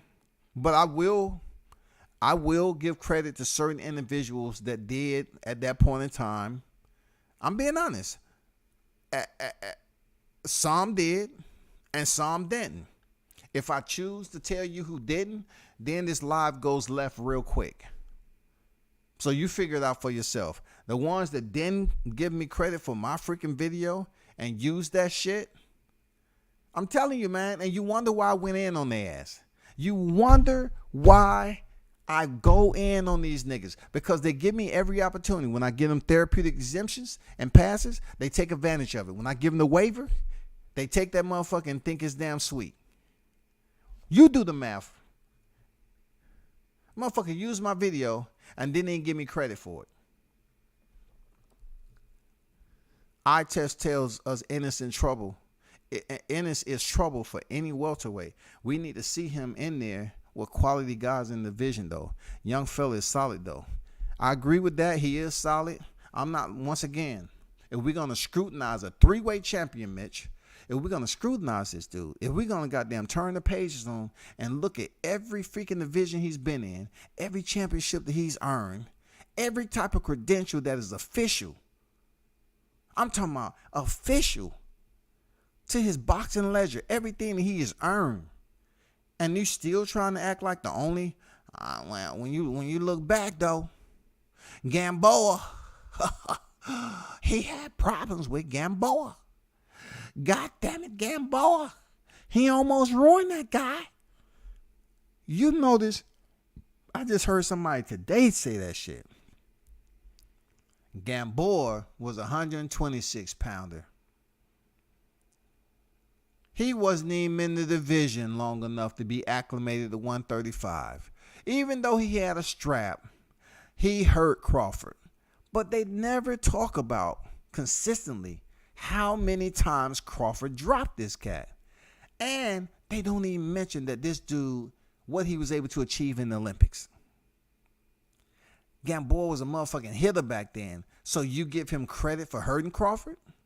But yet, you don't give Crawford any credit for finishing him in his hometown? Bullshit, dog. You're biased. Fuck that. You're biased, bro. How can it be? How can it be that way? How can one complement the other? How can one be used to be credible? How can that shit happen? Like, really, we talking about the division that Manny Pacquiao started off in? He's an 8-weight world champion. An 8-weight world champion. Did y'all say, Bivol, you know what I'm saying? Bivol was, he really fought a 154 pounder when he fought Canelo, man. We really can't give him that credit, though. He's fighting a goddamn super welterweight. At the end of the day, you know what I'm saying? I mean, what was he supposed to do? He's supposed to go in there and get that shit done like he did, dude. Dude, stop fucking around with this, dog. Canelo was 154-pound super welterweight. He wasn't supposed to go in there and big Bivol. I'm serious, man. So Crawford, it's a contagious type of damn bacteria when every time his name come up, people got to mention Yokis Gamboa like it's COVID-19. Like, what the fuck, dog? What y'all niggas be on, dog? Man, do we talk about the division? Man, don't let me share screen on y'all. Nobody talk about Manny Pacquiao.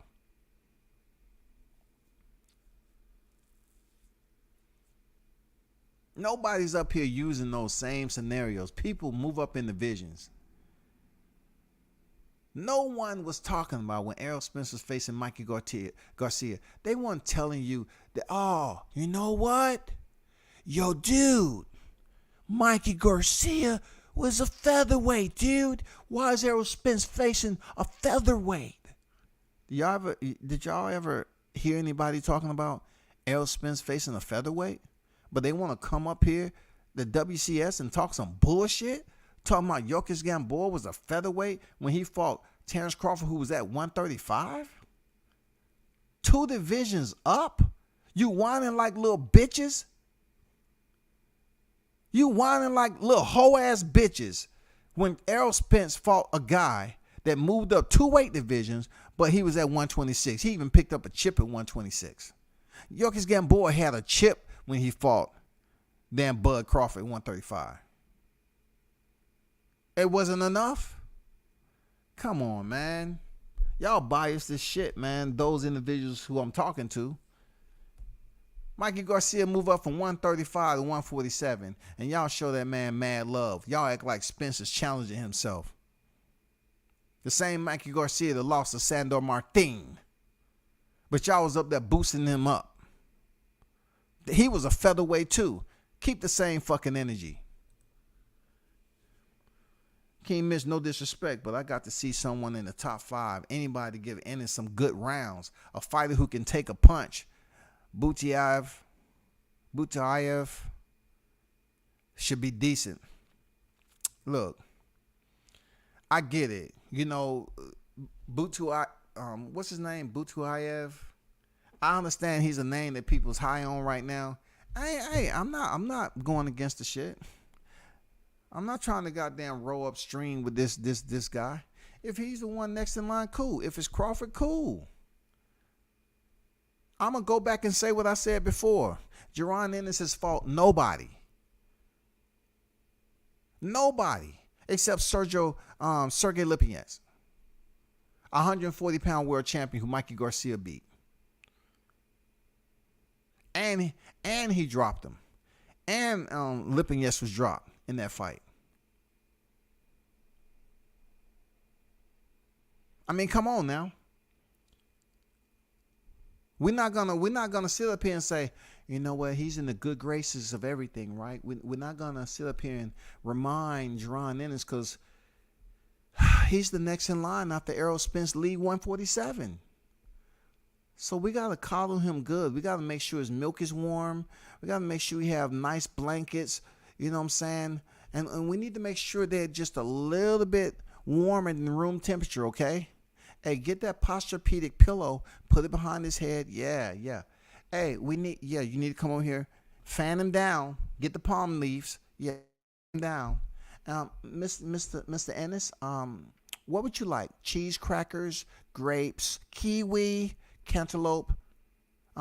You let us know. Okay, we'll get that freshly cut. Man, come on, they trying to sit up here and coddle this cat. I said he's the future. Jaron is the future. He's the eye test dude that's tough, but he ain't been in there with no motherfucking bud. They scared for him to step in there with Spence. When that shit came up, right? It's a reason why you ain't heard nothing else about Jaron Ennis in the IBF mandatory. It's a reason. Politics. He had to talk. They had to talk to him. Why isn't Jaron Ennis them pushing for that mandatory? They say they was going to request it, right? Didn't they just say they was going to put in for a request? Because they feel like this, that. Have you heard anything else about it? No. When that shit came out, all of a sudden they moved Keith Thurman into position. They moved Keith Thurman into the position, y'all.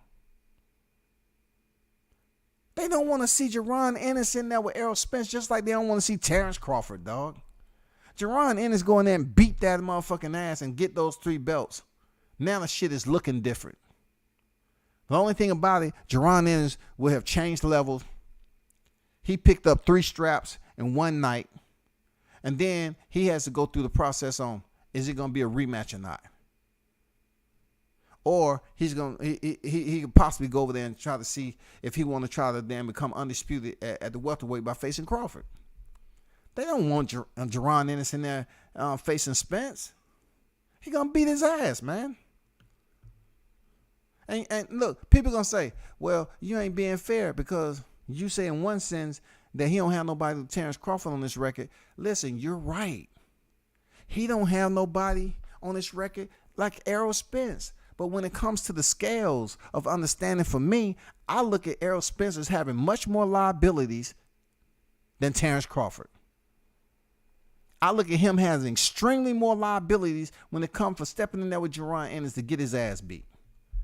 Just based off strictly what's on outside the ropes.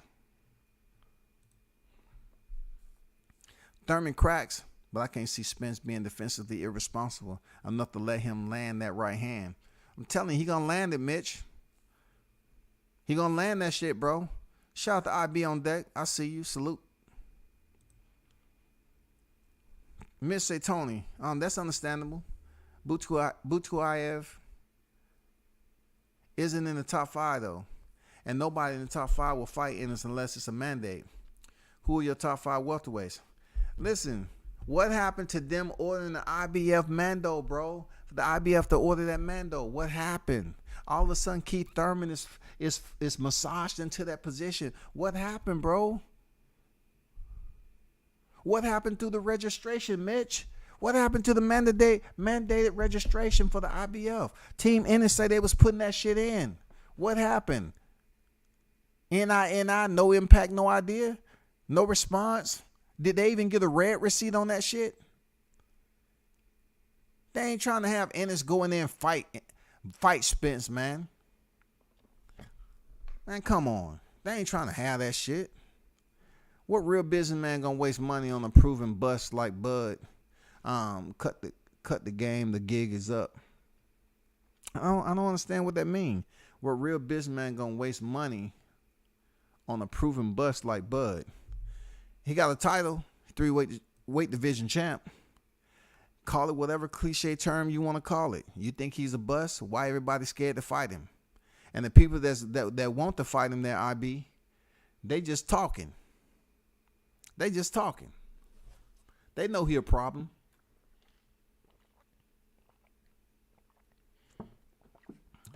IB know he a problem. You know he a problem. Real talk, y'all know he a problem. What up, fam? Will you throw a pound to a nigga who can't sell an ounce?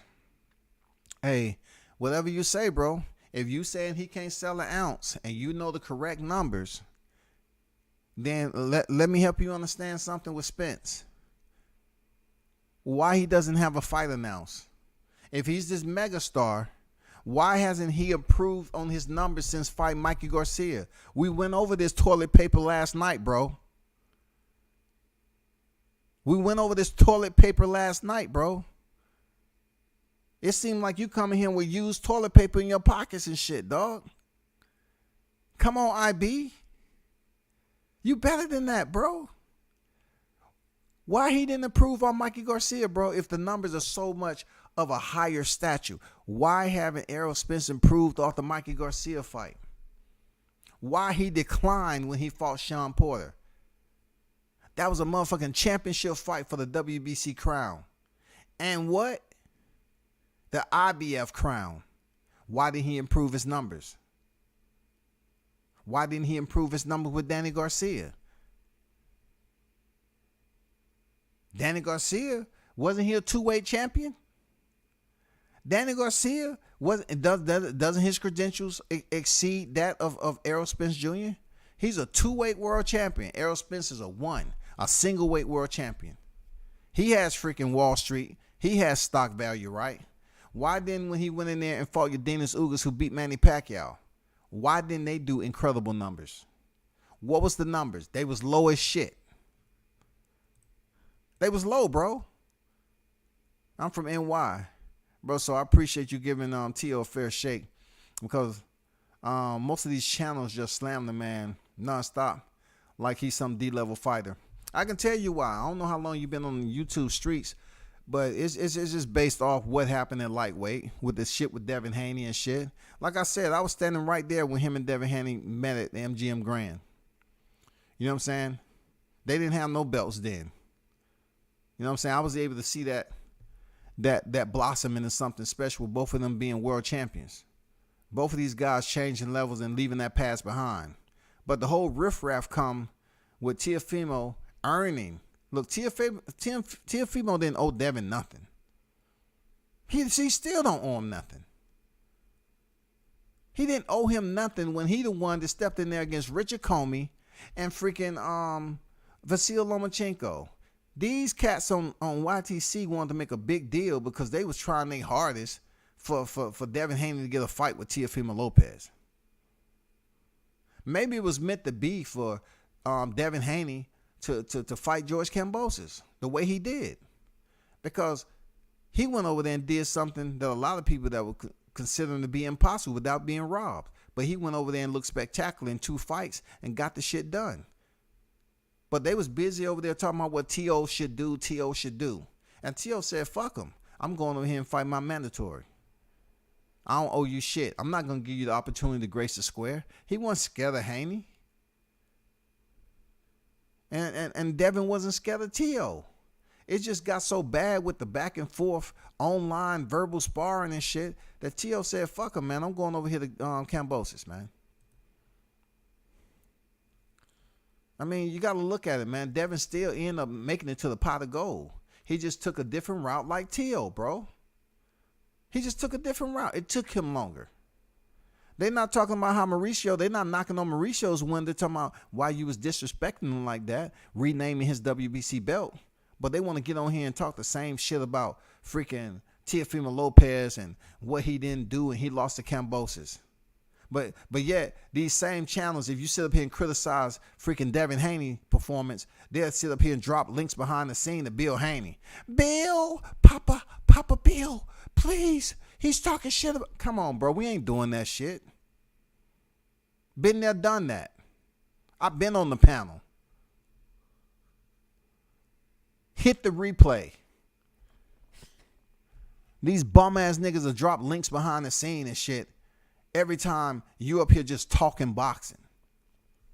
They want to drop links. What is that supposed to prove exactly? You want support or don't you? IB, you got to talk about something that's more, current, that makes sense. Like the fight ain't happening. So what you talking about with Bud Crawford? It really don't make any type of sense at all, man. Because he has a fight coming up in December against Avanesian, and with a whole different promoter and a different pay scale that he's gonna be, a different purse that he's gonna be getting. So, speaking of things that's unrealistic and not weighing in the fact that Errol Spence still don't have a fight. Keith Thurman is mandated now. It's ordered for him to step in there with Errol Spence. So, kind of what's been already talked about on the YTC makes no sense anymore, bro. It's done. It's done. You can say whatever you want. Bud wanted unrealistic money. I can say freaking Spence wanted unrealistic narcotics. Y'all niggas got to understand. You come over here talking this boxing shit. Why people don't have faith in your fighter that you favor so much? He's over here making videos and shit, and his girl putting him on blast and all this other shit. But y'all want to act like that don't even exist. Y'all don't even want to talk about it. We don't want to touch it. That dude have an accident in October, just coming off one of the Fight of the Year candidates, right? Where were y'all during the 12 days from the time he defeated Porter, from the time he had the accident? You know what I'm saying? Where were you at, IB? Where were you at? You couldn't send a text over there? You couldn't send that man a DM and say, hey, champ, I support you heavy, man. Just, hold it down a little bit. The goals are still out there, bro. You still got the WBA, and then you still got that monster, that Omaha monster out there, Terrence Bud Crawford, man. So I know you want to celebrate, but hold it down, bro. Be safe. Don't do anything crazy. Maybe he wouldn't have been behind the wheel like that. I'm just saying, bro.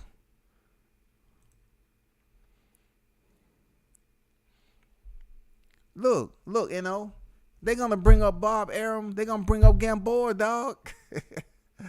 If Noah would have mentioned Crawford's name when he was building the ark. Yeah, I just want to let you know. I ain't going to be around to see it, but man, loading these animals on here, God was speaking to me. They say it's going to be some special fighter in the future name. Let me see what his name is. I think it's T-Bud or Terrence. I don't know, but he's going to be special. You know what I'm saying? He's going to have some hiccups along the way, but he's going to be a special fighter. They would have been talking about, well, Noah, when he was building the ark, hey, it was said in the Bible right here, okay? Right here, as we turn to the Bible, that he was going to have some hiccups, and he was right. That Gamboa was the hiccup. They never going to let the shit go, man. Come on, dog. Man, y'all can say the pound for pound list is subjected because your favorite fighter is not numero uno. Please stop the madness, man. Oh, the pound for pound is subjective. Well, guess what? It's still in people's conversations when they do live. It's in my conversation. Let me ask you a question. Who's higher on the pound for pound list? Bud Crawford or Errol Spence? Please, just let me know in the chat. I swear, if this fight get made, I'm talking all my brothers. I'm taking all my brothers' money. You're not look. I be let me give you some game right quick, please, brother. As we end 2022, let me give you some game right quick. That shit sound all nice and glossy, for real. That shit sounds and look all glossy to you. But you can't take money unless you win the bet. You ain't betting on Spence, nigga. You know Spence can't beat Crawford. Stop talking about you gonna bet some money and you don't even have full 100% belief that he's gonna go in there. He ain't winning, bro. I'm just gonna give you a rocky moment. He can't win.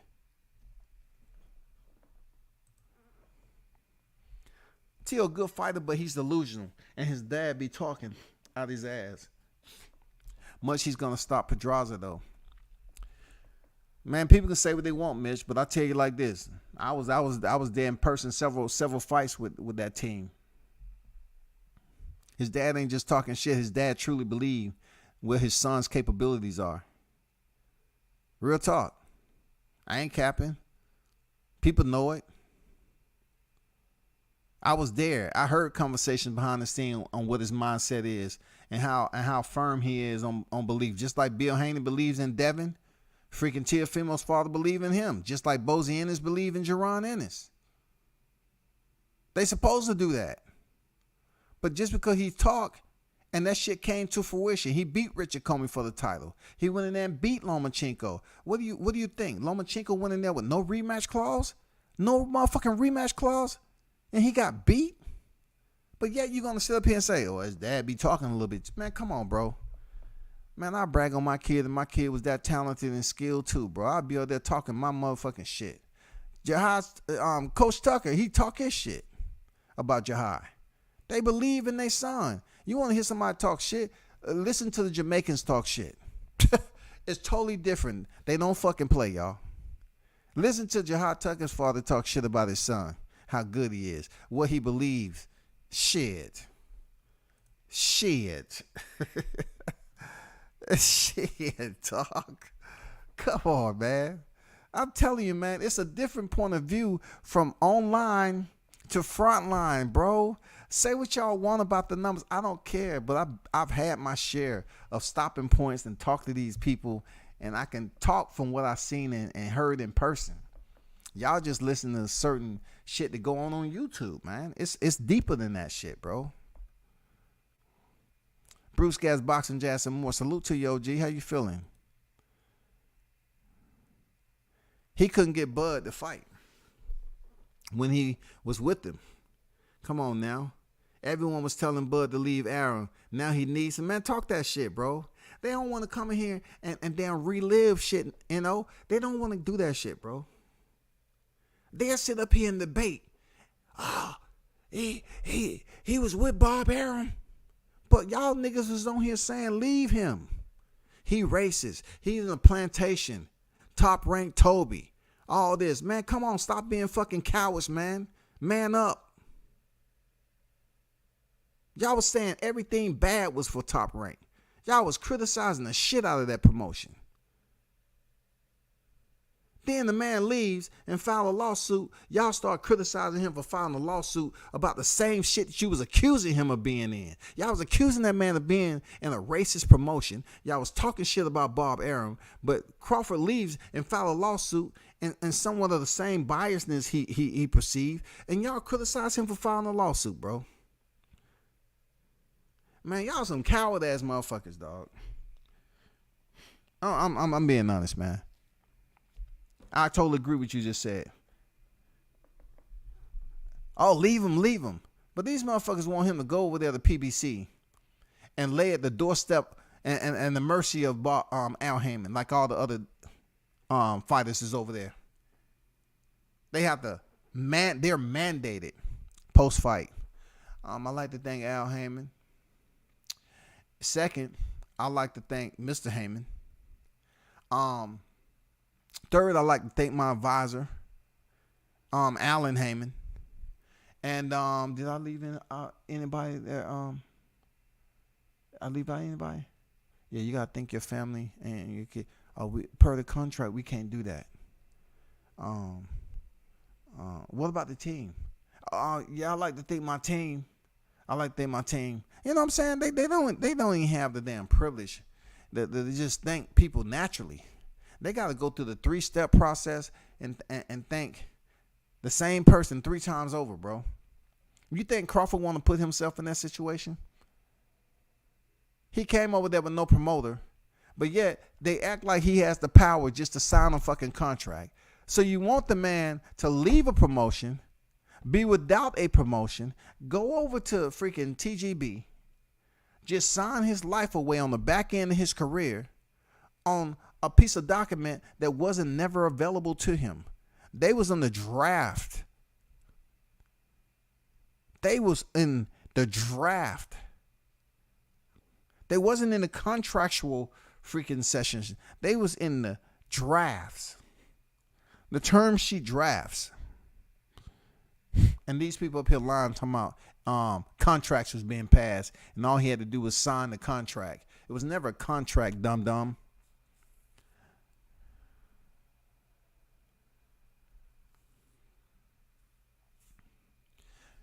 Months. I have no idea what you're talking about, bro. Who said he didn't have a manager? Who said he didn't have a manager, bro? Who said he didn't have a manager? Did I ever say that Terrence Crawford didn't have a manager? Did you ever look? Did anybody ever say that Terrence Crawford didn't have a manager?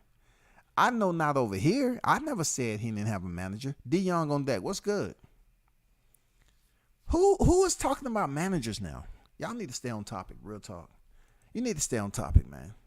Because I don't want nobody being in their feelings, man, until I drop the link and shit like that. We ain't doing that right now. Look, I have to debate something that's debatable. I didn't mention no freaking manager. Crawford has a manager, bro. What are y'all talking about? You actually believe it's just Crawford and attorneys, man? Is that what y'all think? Y'all just think it's Terrence Crawford and attorneys? Man, come on, bro.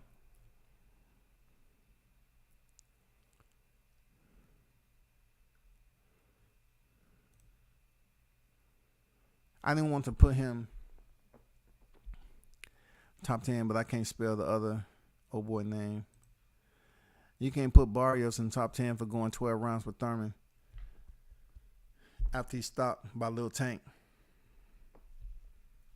Well, actually, you know, depending on who it is, he could have got credit for facing Thurman. Thurman is a former unified champion. So they could have put Barrios in an elevated position just from going the distance with Thurman. He didn't get knocked out. So they could have elevated him from stepping in there, being he was a former world champion at 140 pounds. Yes, they could. They could have elevated him in the rankings. No doubt about it. You know what I'm saying? Like, if they felt he was, you know, they was trying to set him up for another big fight, but the man took 2 L's in a row, dog. Like, he got the paycheck, man, the Aztec Warrior. At least he didn't get stopped by Thurman. He was stopped by Tank. He wasn't stopped by Thurman. Salute to him. She only asked for 5. Not a bad list off the top of the dome. 5 is a lot, man. 5 is a lot. For real. 5 is a lot, bro. And what does it matter? Like, that's why I don't entertain that shit. When people say 5, I like, bro, you asking for a lot. And then when you give them the 5, they disagree with it. They disagree with it. If Bud proving he can't sell, then so be it. He sold tickets in Omaha, Nebraska for December 10th, homie. You know what I'm saying? And Errol Spence can't sell either. Errol Spence can't sell either. Why don't he have a big fight coming up? He's on record as saying he never wanted to fight Thurman. Now they forcing him to face Thurman because he's fucking up behind the scenes, bro. How they gonna bring Thurman up here? A person, a fighter, they don't respect. I thought Al worked for Errol Spence. Why don't he go there and stand up to Al? Hey Al, I don't want that fight. Just like when he was on the phone talking to Steven Espinosa. Why don't he go in there and stand up to Al and say, I don't want the fight, dog? You heard what I said? Man, don't be trying to test me, dog. Don't be trying to test me, man. I'm about that life, dog. All Al gonna say, security, remove him from my presence, please.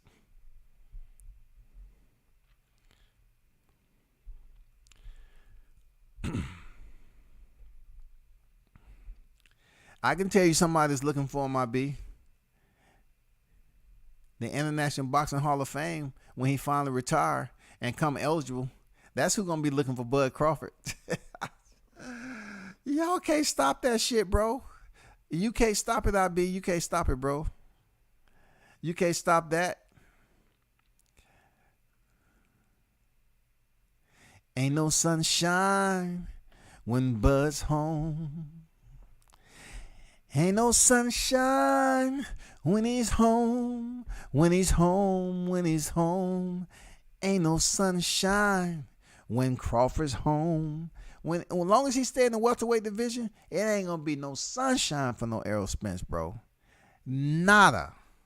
Y'all can get on here every other day. It ain't gonna be no sunshine. It's not gonna be no sunshine, IB. Blunts. No sunshine when Crawford's home. You know what I'm saying? It's gonna be no sunshine. It's gonna be shade up in that bitch, man. So I said Ugas will fight top 5 guys. Said he's not going backwards. Cool. Nobody ain't trying to put Jerron Ennis off on Ugas. Every now and then they act like, okay, that's what they want to see. Come on, bro.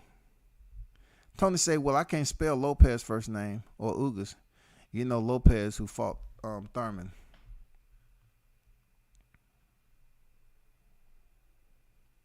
Josecito Lopez, you mean? The one that gave him a good... You know, Josecito Lopez, man, he's still a quality opponent, but he's a much older fighter. Wear and tear. You know, Josecito Lopez did give Thurman a pretty good fight. You know what I'm saying? He did. Josecito Lopez.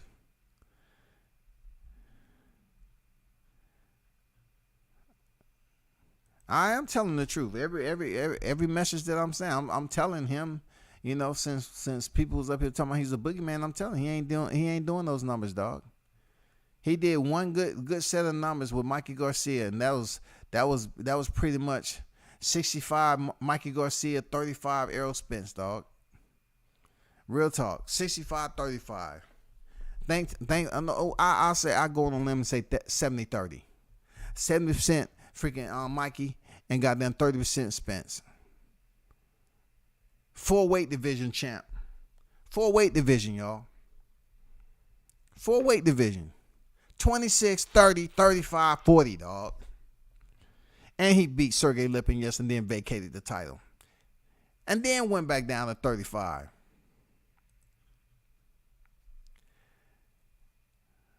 The man, Brother Spence, is a better man. Brother Bud is good. I have no idea. Hey, if it's about numbers and y'all know all about the business, why don't y'all get in the DMs of these people that's running the show over there at TGB, right? And PBC, and give them your thoughts. Dropping it off on WCS Boulevard, all it's going to do is blow away on the side of the damn road like with all the other trash. That's all it's going to do, bro. Y'all can talk about numbers all day long. The only numbers that matter is the numbers that we see on BoxRec. And whatever numbers that these fighters are getting paid behind the scenes, which has nothing to do with us. It's up to them and their team to negotiate the numbers and get paid what they believe they can negotiate. That's it. It's not up to me to sit up here and talk about numbers. I mean, it seems like y'all go through a masturbation period, bro, where y'all get neat, you know, y'all get in and get comfortable with talking about numbers to the point where y'all get aroused and turned on by that shit. Like, why are you talking about numbers of fighters and it has nothing to do with them going in there in the ropes and getting into a scrap? It doesn't have nothing to do with the conversation. Who wants to talk about numbers? So-and-so's getting this, this, and this. Were they saying that when Porter stepped in there? Porter getting this amount, Terrence Crawford getting this amount. No, they wanted to see the fight. We can't protect Bud. You talking about somebody I done seen walk through the streets by himself. Who's protecting him? The man don't need no protection. He walk, he come and go as he please. I ain't got shit to do with that. Spence's biggest numbers were against Mikey. They've been dropping since. Then that's called a downward trend in business. For real. What they call that? Being in what's the color they use when they're losing money? You know what I'm saying? Is it being in the black? I'm not sure. Is it being in the black or whatever it's called? But man, come on, bro. We ain't heard from No Time and Spence. It's a bad out there. And all I'm saying is they talking about the fights being ordered, but we don't have no fight date. But we got Gervonta Davis, who has a fight date already with 130 pounder moving up. But we can't even get a fight date for two welterweights who been unified champion. One former unified, one active, and we don't have a fight date for them. Why aren't these dudes talking about, hey, you know what? Spence and Thurman is going to be announced December 4th. Why? Keep the same energy, dog. Y'all want to sit up here and put all these announcements about freaking Crawford and Spence, and you was dead ass fucking wrong. Why aren't y'all doing that shit for Spence Thurman? Let's hear some damn dates. What is it? Please.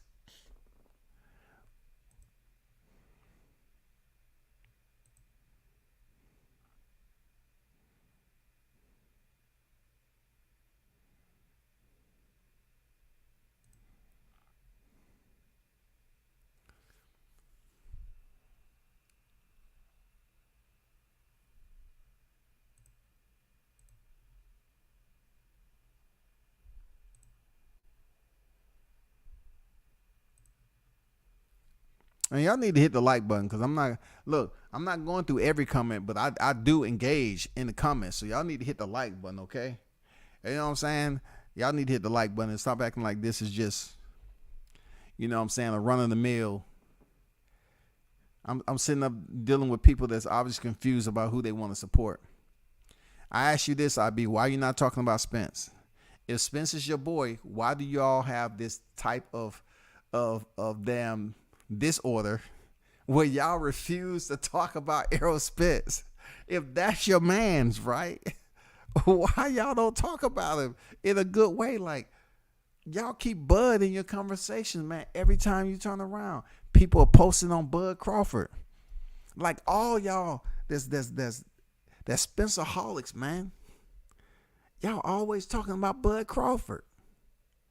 That's backwards.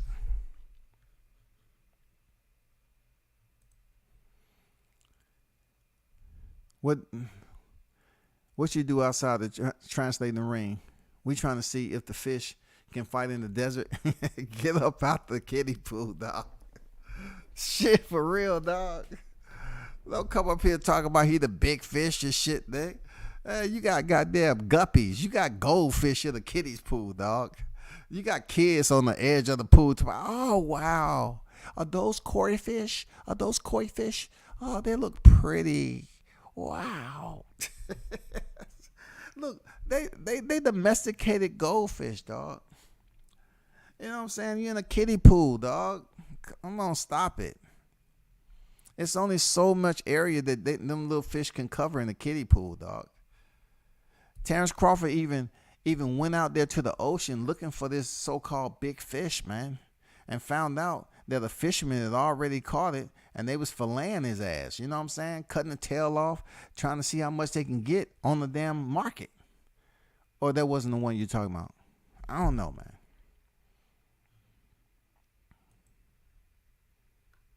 Bud want to fight the belts and the cream, man. I've been looking, and there are only a handful of fighters. Danny won't fight him. Ellis ducked the smoke. Ugas Thurman turned it down. Butuayev would be okay. If not, he would We'll set it.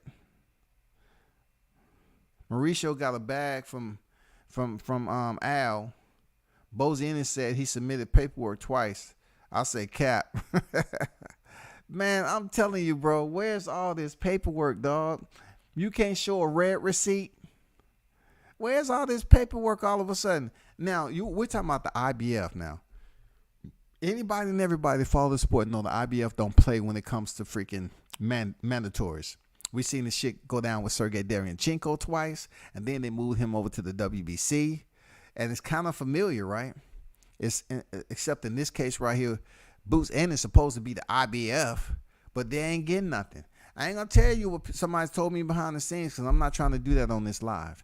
But all of a sudden, Keith Thurman get moved into the position, and that's a fighter that Errol Spence wasn't trying to fight. Please, man. So Ennis petition mandatory spot. I mean, I just want to ask you this, IB. Where's the Boots Ennis situation going? Since that's y'all next one in line. What happened to them putting in a petition for Errol Spence to for the mandatory, to order him to fight his IBF mandatory? Where's that at? Just help us understand what is going on with Spence. Why he don't have a fight date? Why does Gervonta Davis have a fight date and Spence doesn't? Just help me, help you, help us.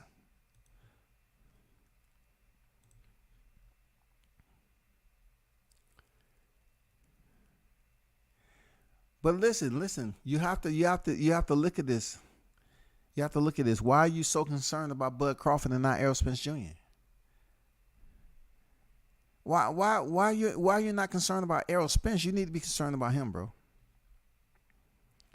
And you said, okay, if Errol get over the Thurman, and then we might see Undisputed. We might be able to see it. We can't go back in his resume without then touching Spence's resume, because his resume is suspect. Boxing in general, they don't have a murderer's row of fighters. Everywhere you look, they fight who they fight. But like I say, Terrence Bud Crawford was at the Hall of Fame and had his hand casted, and that's where he's gonna be when he retired from the sport. I'm not saying Errol Spence is not gonna be a Hall of Famer, but right now, right here, he ain't did as much as freaking Terrence Crawford's done in his career. Not even close, dog. Like Terrence Crawford said, Errol Spence don't know what it's like to be undisputed. I've been there, done that already. He don't know what that is like. That's fact, bro. Bud B. Spence, best competition, better fashion. It's on camera. It's in the books. It's in the books, Drew. Come on now, Drew, man. Let these cats know. That shit is on record, bro. That shit is on record. If Bud fighting David, I'm cool with Spence Jr. versus Thurman. I think it sells. I agree. I don't have no problem with him facing Thurman, except he's on record as saying he'll never face Thurman. So he feels some type of way about that shit. But they're making this dude fight Thurman. Why? Why are they making him fight Thurman? I thought Al Heyman worked for Spence. Spence was on audio saying, man, you want me to fight Thurman, man? I don't even want to fight that dude, man. I don't like that guy, man. I mean, if you don't like him, duck. Vacate the belt. Because you're going to come back. Look, like Thurman told you to your face, bro. You didn't beat me for that WBC belt. So therefore, if you don't want to fight him, vacate the shit. Duck. Quit. Because really, you don't want to face Crawford for all the marbles. Because you know you're going to get knocked out. And that knockout is going to be heard all across damn YouTube. Even IB. IB's going to be out there on the road. He might be going to pick something up. When that knockout happens, his shade's going to come off. For real. He's going to feel that shit. Even in a remote location, he going to feel it. He going to feel that knockout. Real talk. It's going to be a bad day, y'all. Bud will stop Mikey, Danny, and Ugas. Man, talk that shit, SB. You know what I'm saying? Let's talk that shit. I'm locked in with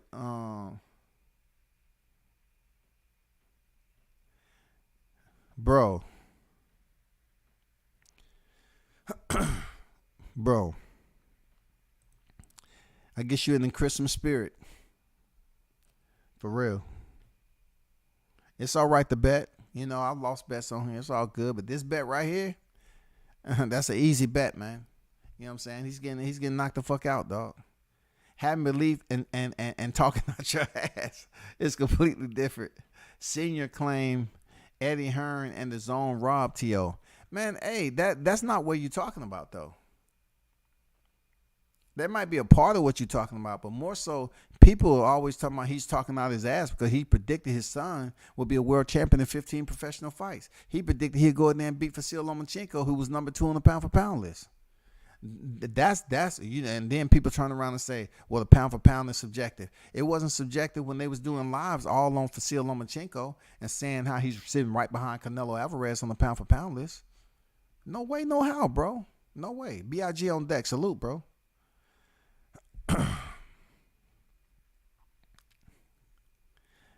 Mr. Gumbo, what's good? Say it again, WCS dumbass Spence fans. A draft and a contract isn't the same thing, man. And look, and Spence can't send a contract. He's not his own boss. Talk to him, Gumbo. God damn, dog. What y'all talking about, man? It wasn't no motherfucking contract. Y'all sound delusional, bro. Acutely delusional. Y'all keep on saying the same shit all the time, man. Y'all keep on saying the same shit all the time, bro. Y'all want us to sit up here and think that a contract was out there and y'all forget about the freaking the text that's out here. You know what I'm saying? Y'all forget about the text. Shout out to Trick Noty on deck, man. What does that say, man? I'm telling the truth. Tell him to post the draft. Why didn't Errol Spence talk about the contract? Why didn't he say, if I'm not telling the truth, tell him to post the damn contract? Why didn't he say that? Why is this looking the way it does? Errol Spence, now that's your boy, IB. He says in 2 different texts, the draft. D, Romeo, Alpha, Foxtrot, Tango, over. Delta, Romeo, Alpha, Foxtrot, Tango, over. Man, what are y'all dudes talking about, man? We still have people up here just talking and spreading lies just for fun. Shout out to Trick Noty in the building. Salute WCS just walking up for work. Good evening to everyone. Salute to you, brother. Appreciate you pulling up. Travis on deck. Salute. I'm just saying, man, what about this shit, dog? Why didn't he say contract? Why is it a draft? You know what I'm saying? So he say take the L out of lover is over. Well, take the D out of draft and put that motherfucking lie on a raft and send it downstream, goddammit. Send that motherfucker downstream right now. Period. That shit is done. But man, hey, appreciate y'all, man. I've been on here going on 2.5 hours, man. Do me a favor, hit the like button. You know what I'm saying? Hit the like button. Subscribe to the channel, pass the word. It's been nice, man. You know what I'm saying? Kicking it with y'all, talking. You know, some of y'all will be unchangeable. Understanding y'all, standing y'all, and that y'all ground and shit. But listen, it's a reality that has to set in, man. I'm going off the fight's not happening. You know what I'm saying? And the fight's not going to happen the first half of freaking 2023. That's my belief. I never said it never was going to happen. I don't think it's going to happen. I think all these other fights that's taking place is for a reason that caters to in-house fights. I just feel that that's where everything is at. And then people want to sit up here and act like it hasn't been a fight in history where a fighter's been up there, went up there with no promoter. No promoter. It's impossible to make the fight. It's possible. You know why it's possible? Because they keep talking about this phantom contract. If they keep talking about all Crawford has to do is sign a contract, that means that a fight with no promoter can be made, right? So stop tripping and saying the same shit. These cats up here talking about contract. Crawford needs a contract. He hasn't had a contract. He has drafts. He couldn't get past the drafts to make the shit work because they didn't want the fight. But y'all hold it down, man. And remember what I said, for the record, Until next time, man. Turn up and tune in to World Combat Sports. I'm out.